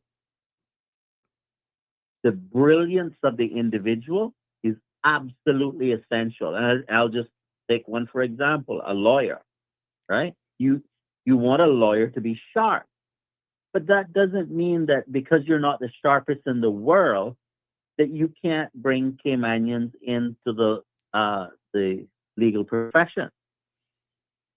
You're going to have to train people. That's how you get sharp. We're not born with that intelligence. We acquire it through socialization, through etc. And so So you're talking more in investment in Caymanian upskilling. well, yes. And how much And generations have been Caymanians- left out? At least and 4. Caymanians need to take the initiative 4. to acquire skills. Like, I'll give you an example. I'll just make this very basic for a different level. Let's say you're talking about waiters, right? How you set a table, right? You might think of that as a basic skill, but That's huge. Your capability, your efficiency, your attention to detail could mean the difference between whether you get the job or your neighbor gets the job. Correct. Right? So it's not like bureaucrats can just like snap the finger and everything falls in place. Individuals have to play a part, take the initiative to inform themselves about what is necessary to be competitive. And because this is, I'm going to get off on something else here. When people think about work, they think, well, cost of living is high. I need to make a certain amount in order to live. So I want $15 an hour or $25 an hour. It doesn't necessarily work that way. In depending on the industry that you're in, it is determined by what the company can sell the finished product or service for. That is going to have a boundary on what they can pay you. I have a friend who runs a business locally, and I was talking to him about, how much to pay employees. And he said, if an employee come in and says, I want $1,000 an hour, he's not going to tell him to get out of his place. He's going to sit down and he's going to say, you show me. Justify it.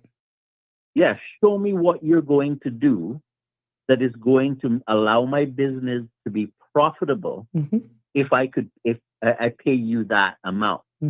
And if you can show me how my business will grow as a result of hiring you at that rate, I'll hire you. Because the truth of the matter is if let's just use bicycles. If you say, oh, I can assemble 4 bicycles an hour, and the owner of the business says, well, that's acceptable for me to be profitable, you'll get hired. But if the business needs 10 bicycles assembled an hour, and you can only assemble 4, they're going to hire someone who can assemble 10. And it's not because the employer thinks that you need $15 or $25 an hour to afford the living.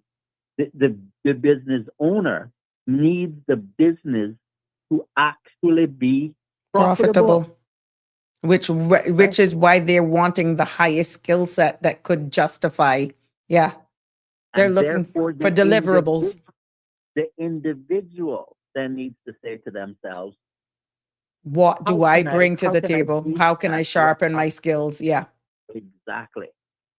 It isn't just us coming up with a couple of brilliant ideas about how to make this all work, because the truth of the matter is that each party in this system has a part to play, and it's a competition, and may the best man win, right?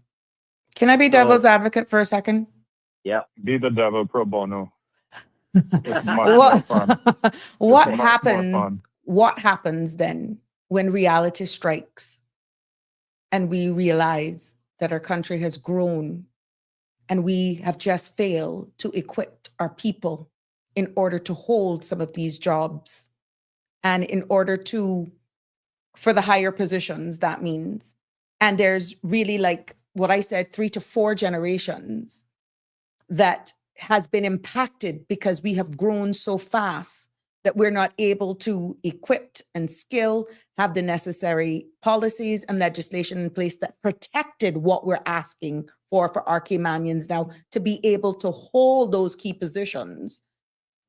Which leaders are going to be the one to say, look, we got it wrong, but it stops and it's going to start here now? At some point, you gotta have to own up to it that we have missed the mark by at least 3 to 4 generations. Well, I noticed that you're referring to the past, right? But I want to talk about the present and the future a little bit, because it's on the same level of what you're talking about, just in a different tent. But they're the ones now that are saying we need immigration reform because I need to get out of this dishwashing job. I need to be able to sit in the concierge desk when all I'm equipped to do is to go ahead. I don't want to take away. I will wrap them all into my final comment. Go ahead. The government is telling us right now that we need to do AI. Talk it. I've paid attention to what is happening with AI, not just today, for a while. And what they say is that it'll give us more jobs in the final analysis. In other words, some people will lose their jobs, but we'll end up with more jobs and just different things. We'll be doing different things. Well, they tell us that we should learn programming as an example. But they're building AI to do the programming. It's for you to log on to those courses now and upskill yourself so that you are marketable when the next phase rolled in. Yeah, but you're not going to be programming because AI is going to take the programming job from you. So what's 3 steps ahead? And here's what's going to happen. We will have more jobs for sure, but those will be lower skilled jobs. Okay, the AI will run itself eventually. So what will happen is the type of jobs we will be doing is like the things that the machines don't do that well yet, right? And in other words, you heard this concept, universal basic income? Yes. That is for all the persons that are displaced and can't be upskilled. Then they give them an X amount of money to survive, which is automatically pigeonholing them. I use a different word. I call it the bribe. Because here's how the bribe is going to work. You now have a good high-paying job. Let's say you're a paralegal. AI is coming for your job. Okay? And the question is, how about we strike a deal? The deal is that you go home, you don't have to work, and we pay you a universal basic income. Now, the operative word in this is basic, because it is a bribe for you to give up your job, your good paying job. I understand that some of these things are going to happen, whether we like it or not. Right? And under no illusion. I'm just saying that that's step number 1. So you might be thinking in your mind, oh, I'll take this income. I don't have to work. I get paid.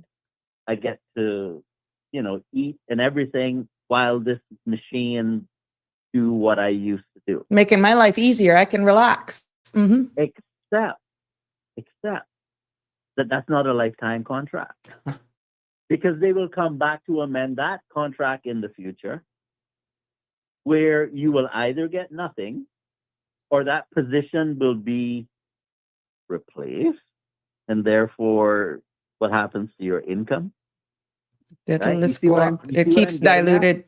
They're going to continue to chip away at it until you have nothing.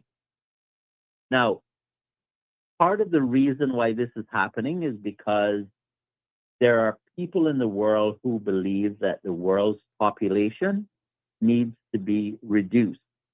Oh, God. Here we go. And therefore, they're making provision for machines to do what Mm-hmm. humans normally would do if we were in greater numbers, but we're now our birth rate is down to like 1.2, so we're not even maintaining our population anymore. So, And the government is telling us that we want Caymanians to be first. Well, if you really want Caymanians to be first, you need to have 2.1 children. Otherwise, you're a declining population, mm-hmm. and what you're telling me is nonsense. Other caller, you were weighing in on something? Well, I just wanted to Denny's point about the AI, the artificial intelligence. I'm no expert by any stretch of the imagination, right? But I think tying into Denny's point, a good general rule is that jobs that make people feel things are in the age of artificial intelligence are going to be much safer than jobs that simply involve making or doing, right? Right. Artificial intelligence is much better than humans at big work that involves large data sets, huge numbers of users, global scale systems, et cetera, et cetera. So if you need to produce 1 million of something or spot the patterns in 100,000 data points, you're probably looking at a job that is already done by a machine or soon will be. Right. On the other hand, you have humans that are much better than AI at work that involves unusual combinations of skills, high-stake situations, or some sort of extraordinary talent, right? But even so, I mean, even with, because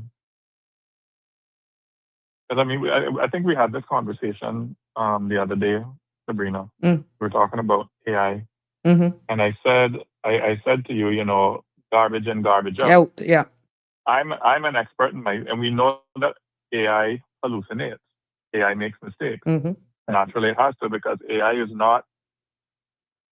They call it artificial intelligence, but really and truly, all of it's a predictive algorithm, right? There's no real thinking behind. There's no schema in place. And for those who don't know what a schema is, it's something that's human centered in our brain. It's you taking information, making it make sense, And putting it into a you machine. forming, you forming a framework in your mind of what it is, and you're able to go out in the world. It's just that for humans, schema forming is a very slow process. Mm-hmm.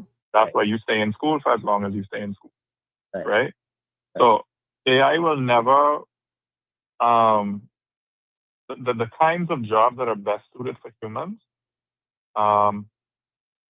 even in an age of advanced automation, are the ones that depend on three big traits that machines still can't replicate: creativity, empathy, and then the use of judgment under uncertainty. Humans are very good at operating in chaotic environments.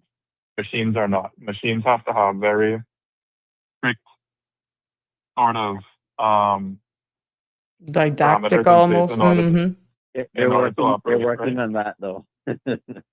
Well, you'll never be able because even with artificial intelligence, though, I mean, humans are the ones who create knowledge, not machines.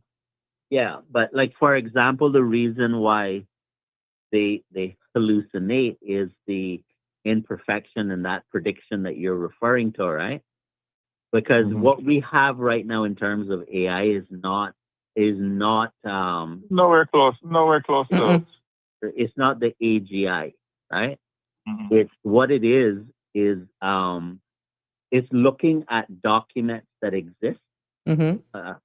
and it's extracting from those documents things that it believes is relevant to what you want to do, right? Mhm.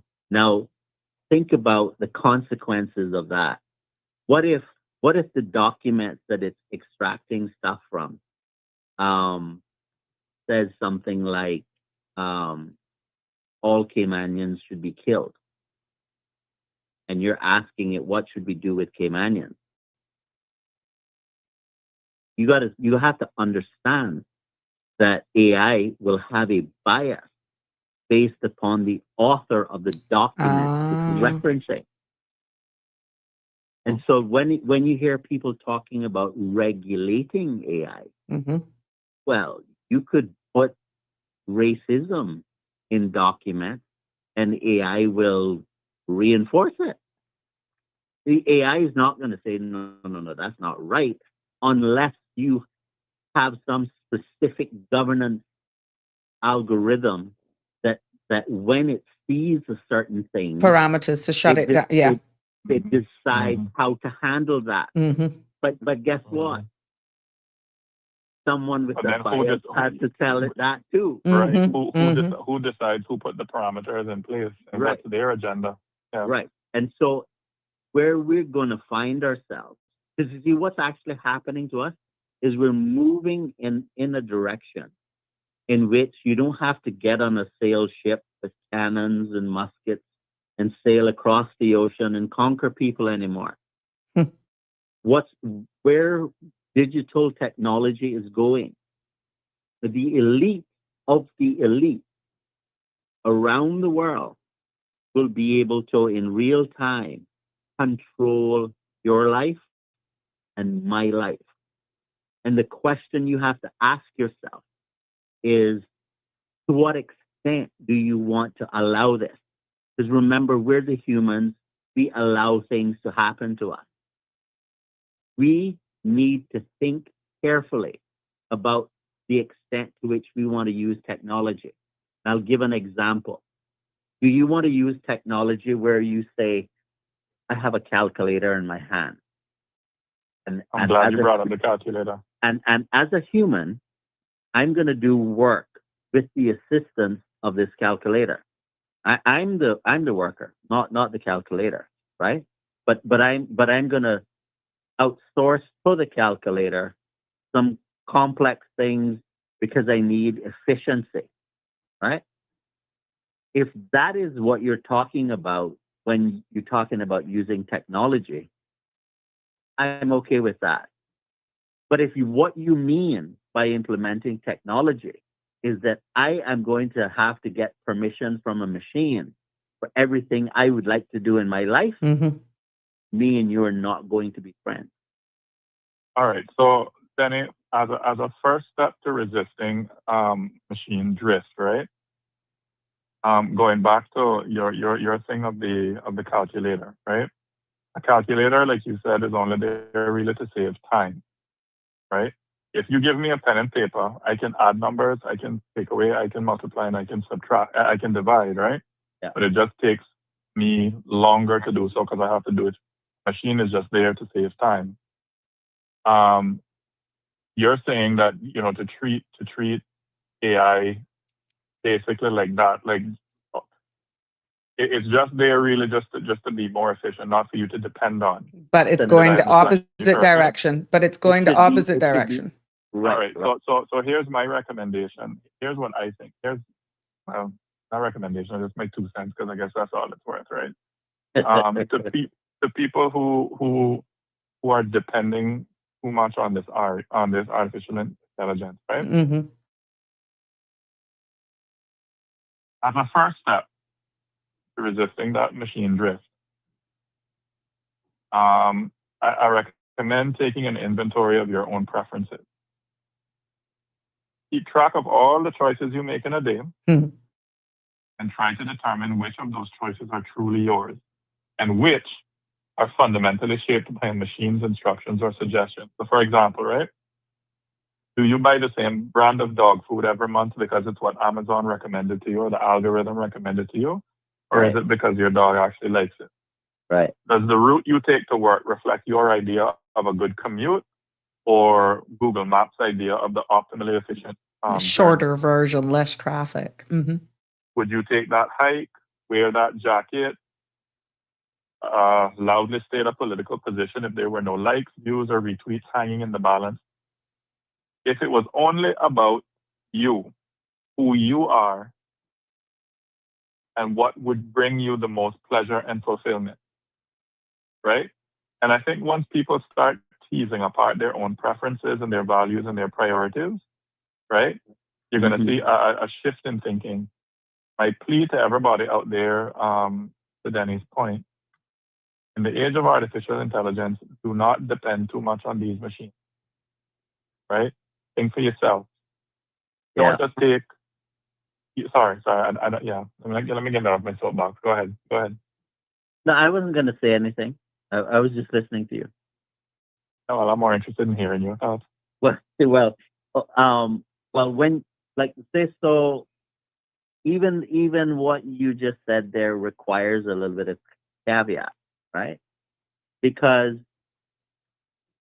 you're going to have to be told by machines to some extent what to do.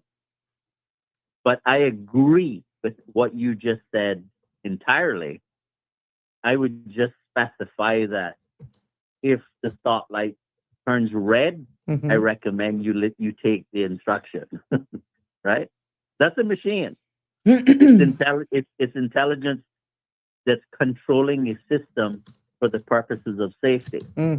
So outside of that is what you're referring to, where, let's say, all right, so you're talking about the calculator, right? You can't use the calculator if you don't know the formulas, right? It's useless to you. So there's a part that we all have to play. Do not think that you'll just be able to say to AI, do this for me. I don't need to understand anything, because what that will do it will dumb down What your entire intent, population right? to a point at which we would be useless. Yep. And it can lead to nihilism too. That's right. Yep. I mean, I'll just give you a very simple example. When I was thinking about getting a piece of land to build on, one of the pieces of advice that my grandmother gave me was, she said, wait until it rains, then you go look for the piece of land. If you're not thinking, if you're not thinking, you're gonna lose basic wisdom like that. Okay, and you're gonna become a slave to the device that you think is superior.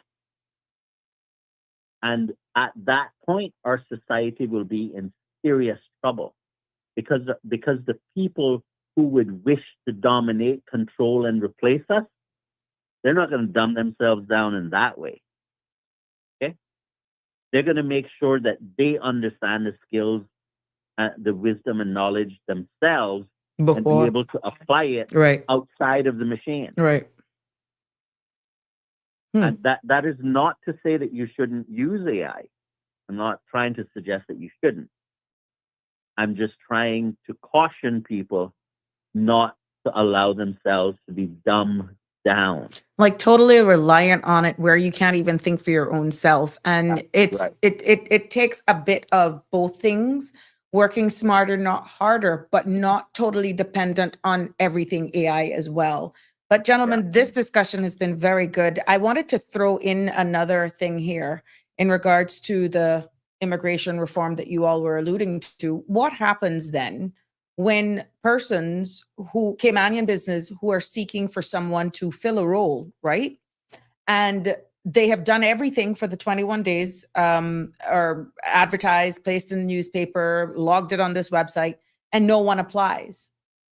And they have a contract that is about to, they're going to be in breach of that contract because they don't have the skill sets there. They can justify Caymanians are not applying, right? What do they do then when they're waiting for a system and they're entered into a contract that could cost them money? They could get a lawsuit. What happens with a system this rigid? See, this is why I'm not a fan of having this long, protracted period. What I about 10 days. I think 10 days would be better. What I would prefer is that instead of filling the heads of our students with propaganda, that we really educate our children to understand that their participation Is key. is required. Mm-hmm. If you think that you need a job in order to pay your bills and enjoy life or whatever it is that you want to do, if you think that that is a necessary thing for you, Mm-hmm. the very least that you could do Apply. is make that known. Mm-hmm. If it's too difficult to understand why that's important, then we have work to do to educate our people to participate. Because Danny, it could be your business. Alfred, it could be your business just right now being held up. And you have signed a contract to deliver, let's say, a wing that you've gotten a big contract to, let's say, do all of the tiling in this new complex that is coming, and you have put out there for Caymanians, that's maybe a poor example, but what I'm saying, for the purpose of this discussion, and you have a time frame, but you do not have the skill sets readily and available without the need of requiring a work permit. That is, you're a Caymanian. You could be in breach of your contract. And because of a system that's so convoluted, and you can justify, look, I've tried everything. I've done everything you told me to do, and they're still not applying. What am I going to do? Well, Well, I mean, if from a- nobody's applying, then you'll have to issue the work permit, because you can't expect a business to sit there until you decide that you want to make it known that you need a job.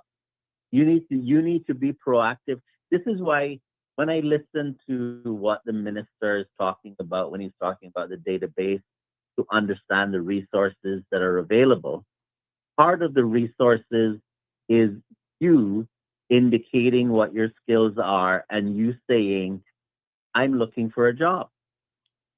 And that shows up on the system as a one that is available, and you have to play your part and to look at which job you might be interested in and express an interest in the job. Mm-hmm.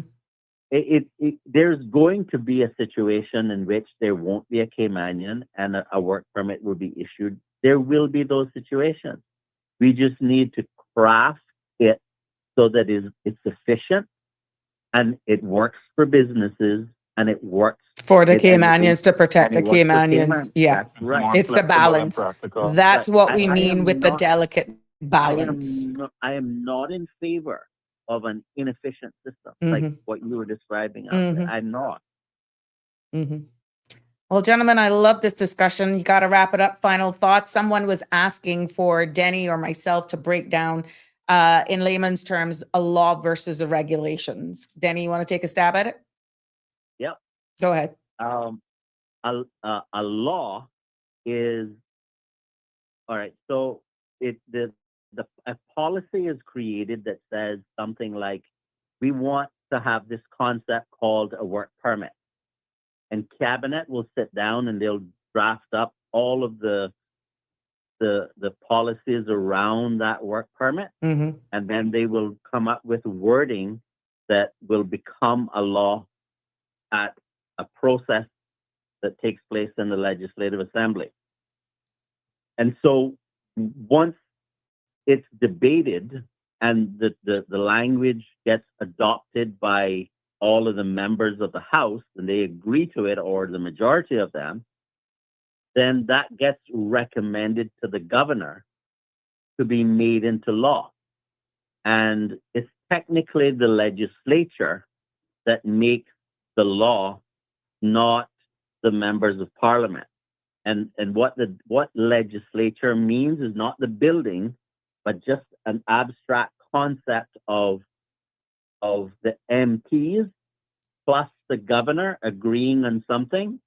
That is the look in section, I think it's 59 of the Constitution. Read what it says about the legislature. It's the MPs and the governor. Once they sign off on it, then it gets published in the Gazette, which is just an official publication and the text that they agreed to, that becomes a law. And a law is just another term like a contract. We agree that this is what the terms are going to be. A regulation is essentially the same as a law, except in some instances, regulations can be agreed to in the parliament, or they can just be made in cabinet. It just depends on what is required. Like, so they might say these regulations are too important to leave to cabinet. We want you to take them to the House so that the House could agree on them, right? But in essence, whether it's a law or a regulation, it is just a text that we agree that this would be the rule. So pretty And- much a law is a Can I take a stab foundation. at it? Go ahead. Can I take a stab at it? All right. They say when you're explaining things, explain it so that even a 5-year-old can understand, right? All right. So imagine the parliament is like your mommy and your daddy setting the big house rules, right? Yeah. Yeah. So they make a rule like this. Nobody can swim after dark. Right. That's the law. It's the big general rule that everybody in the house or in the country has to follow. Right. In Cayman, laws are made by parliament. They go through the readings, they go through debates, they vote on them, and then once the governor signs them, they become part of the Cayman Islands laws. So Immigration Act, Labor Act, Education Act, Regulations are the details that your parents give you afterwards so that you understand how the big rule works. So mommy might say to you, you can't swim after dark. That means no going in the pool after 7 p.m. And if you do, you lose TV time. So those little details, like what time, what happens if you break the rules, Is the are the regulations. Yeah. So cabinet usually makes those regulations, Right. right? So cabinet, the law gives cabinet permission to fill in the details. So what the fees are, how do you apply something? Cabinet what makes the documents you law. The need. regulation is the operation. It's usually the government agencies Right. explain it. Right. So an easy way to remember the difference for the person who asked the question, tell you what you must or must not do. Regulations tell you how to do How it. to do it. Yeah. Like, for example, a traffic. The law says, the traffic law says you must register your vehicle. The regulations will say the Department of Vehicle and Driver's License, DVDL, sets the rules to how to register, what forms, fees, inspections, and deadlines that apply. So that's the difference between the law and the regulations. And I'll add one more. That was good. I'll add one more thing to it. The policies that cabinet make up that become law, that they're contained in what is called a bill. Right. And the way you refer to the sections of a bill or the paragraphs in the bill is you call those clauses. And when the bill becomes a law, it changes from a clause To a section. to a section. And when you're referring to a regulation that's made by cabinet, for example, it's not a clause or a section, it's a regulation. Regulation. So you say regulation 1 for regulations, section 1 for laws, and clause 1 for bills. Bills. So where we are right now in this discussion is a bill. So you'll hear cause. Correct. When it becomes law, then it becomes a section. When it is a regulation, then that's the operational arm, like the example I gave with the rules for licensing your vehicles, form, fees, inspections, and that's the regulations. And more on topic, regulation 6. You sickening thing, you. Gentlemen, it has been, I'm getting good feedback here. People are enjoying the discussions. I gave you all back the time lost for the little technical difficulties that we had in the background. But Denny, Alfred, thank you so much. This has been very informative. And Not bad for an open mic. Huh? no, not bad at all. But you see, things like this make an open mic. It makes an open mic. If the premier was present. Then it would not be a public consultation. Well, Well, no, you would moderate in such a way that we could have a conversation. There you go. Now we you could have- now you respect the role. You see, I allowed you to go at it and I jabbed it in for clarity. That's where what you call a safe space. I'm loving the fact that you all are understanding my role. And I was able to still add my little bit that brought more context and depth. So thank you for acknowledging that. And maybe let's put out the public invite. Anyone who's willing to come on this, elected, not, I mean, that's what this is all about. And Denny, you said it well. It is spaces like this that we need to have these conversations that should this thing, well, not should, this thing needs to be slowed down. Let's have those conversations here. The numbers have held tonight as well. So that proves a lot. That says a lot about our audience. I think we can have make significant progress in coming to a better consensus on what we want to do with the immigration law if we have genuine public discussion on the topic. Correct. This particular, this and any public consultation, especially when legislation is going to be impacted and something as emotive as immigration reform, egos should be put aside. There shouldn't be no egos at play here. And public discussions like this, no one should feel less when they're asking their questions, and they should feel as though it's inviting, because whatever becomes law, if this actually goes through, is going to impact every one of us. And it could have long lasting implications. It will, not could, it will. Mm-hmm. It will. Yeah.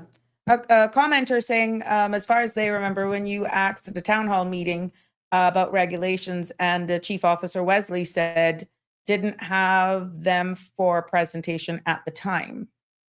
Yeah. You had asked. Yeah, but what needs to be focused on that comment is when he says ready, he doesn't mean ready to share with the public, because normally they don't share those with the public. Correct. So you can't infer that he meant ready to show us. What he meant was ready for them, not for us. Well, But maybe you see, and what I'm asking about for public is that digestion. That's right. Because just like Alfred just brilliantly broke it down in the family context about that you cannot understand the rules if you don't know what they are. Correct. And those rules are in the regulation. So we need to know what they are in order to say, well, yeah, I agree with those, or no, I disagree. I think this one should change. I think this one would work better if we tweaked it in this way. Yeah. And the reason why this needs to be a public conversation is because the public will be listening to us give our suggestions about what we think it ought to say. And they will say, but have you considered this?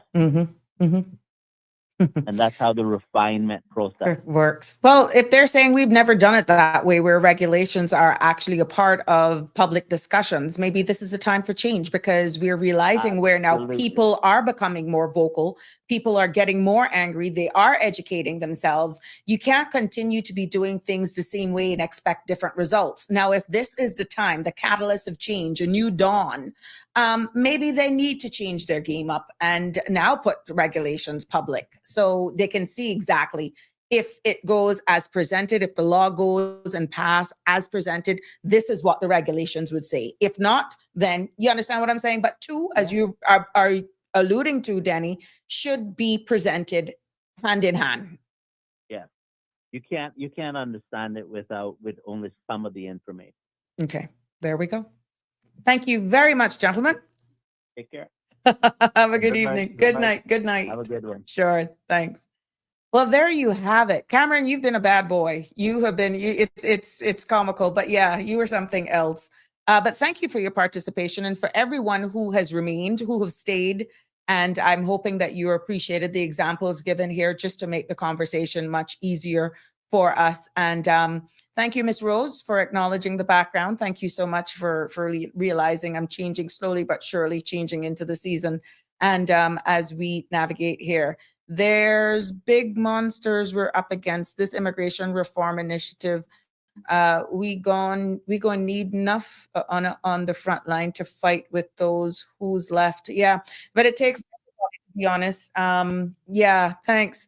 Oh, somebody. Oh, thank you. This has been one of the top 10 shows. There we go. Alfred and Danny. There you go. Top 10 for information.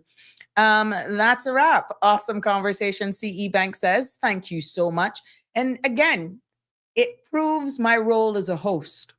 And this is why your participation is key.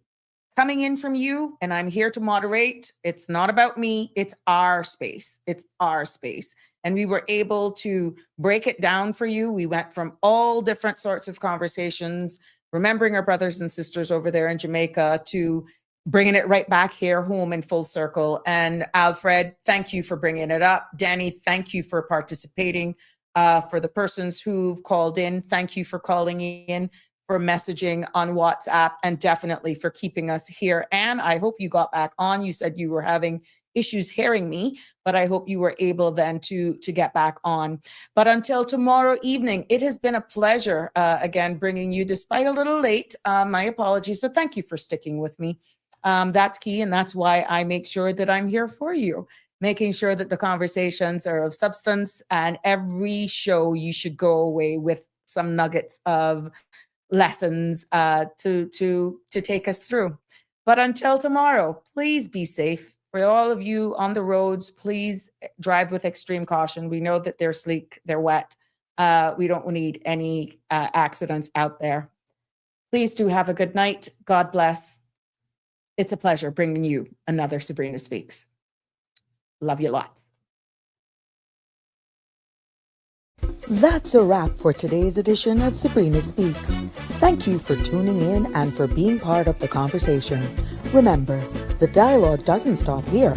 Stay engaged, stay informed, and most importantly, stay empowered. We'll be back tomorrow at 5 p.m., same time, same place, right here on CMR TV and radio, where your voice matters and your truth is heard. Until then, K-Man, take care of yourself and each other. That's it for today's edition of Sabrina Speaks, where your voice matters, your story counts, and your truth is always welcome. Join us weekdays from 5 until 6:30 p.m. right here on CMR TV as we dive into the topics that matter most to you.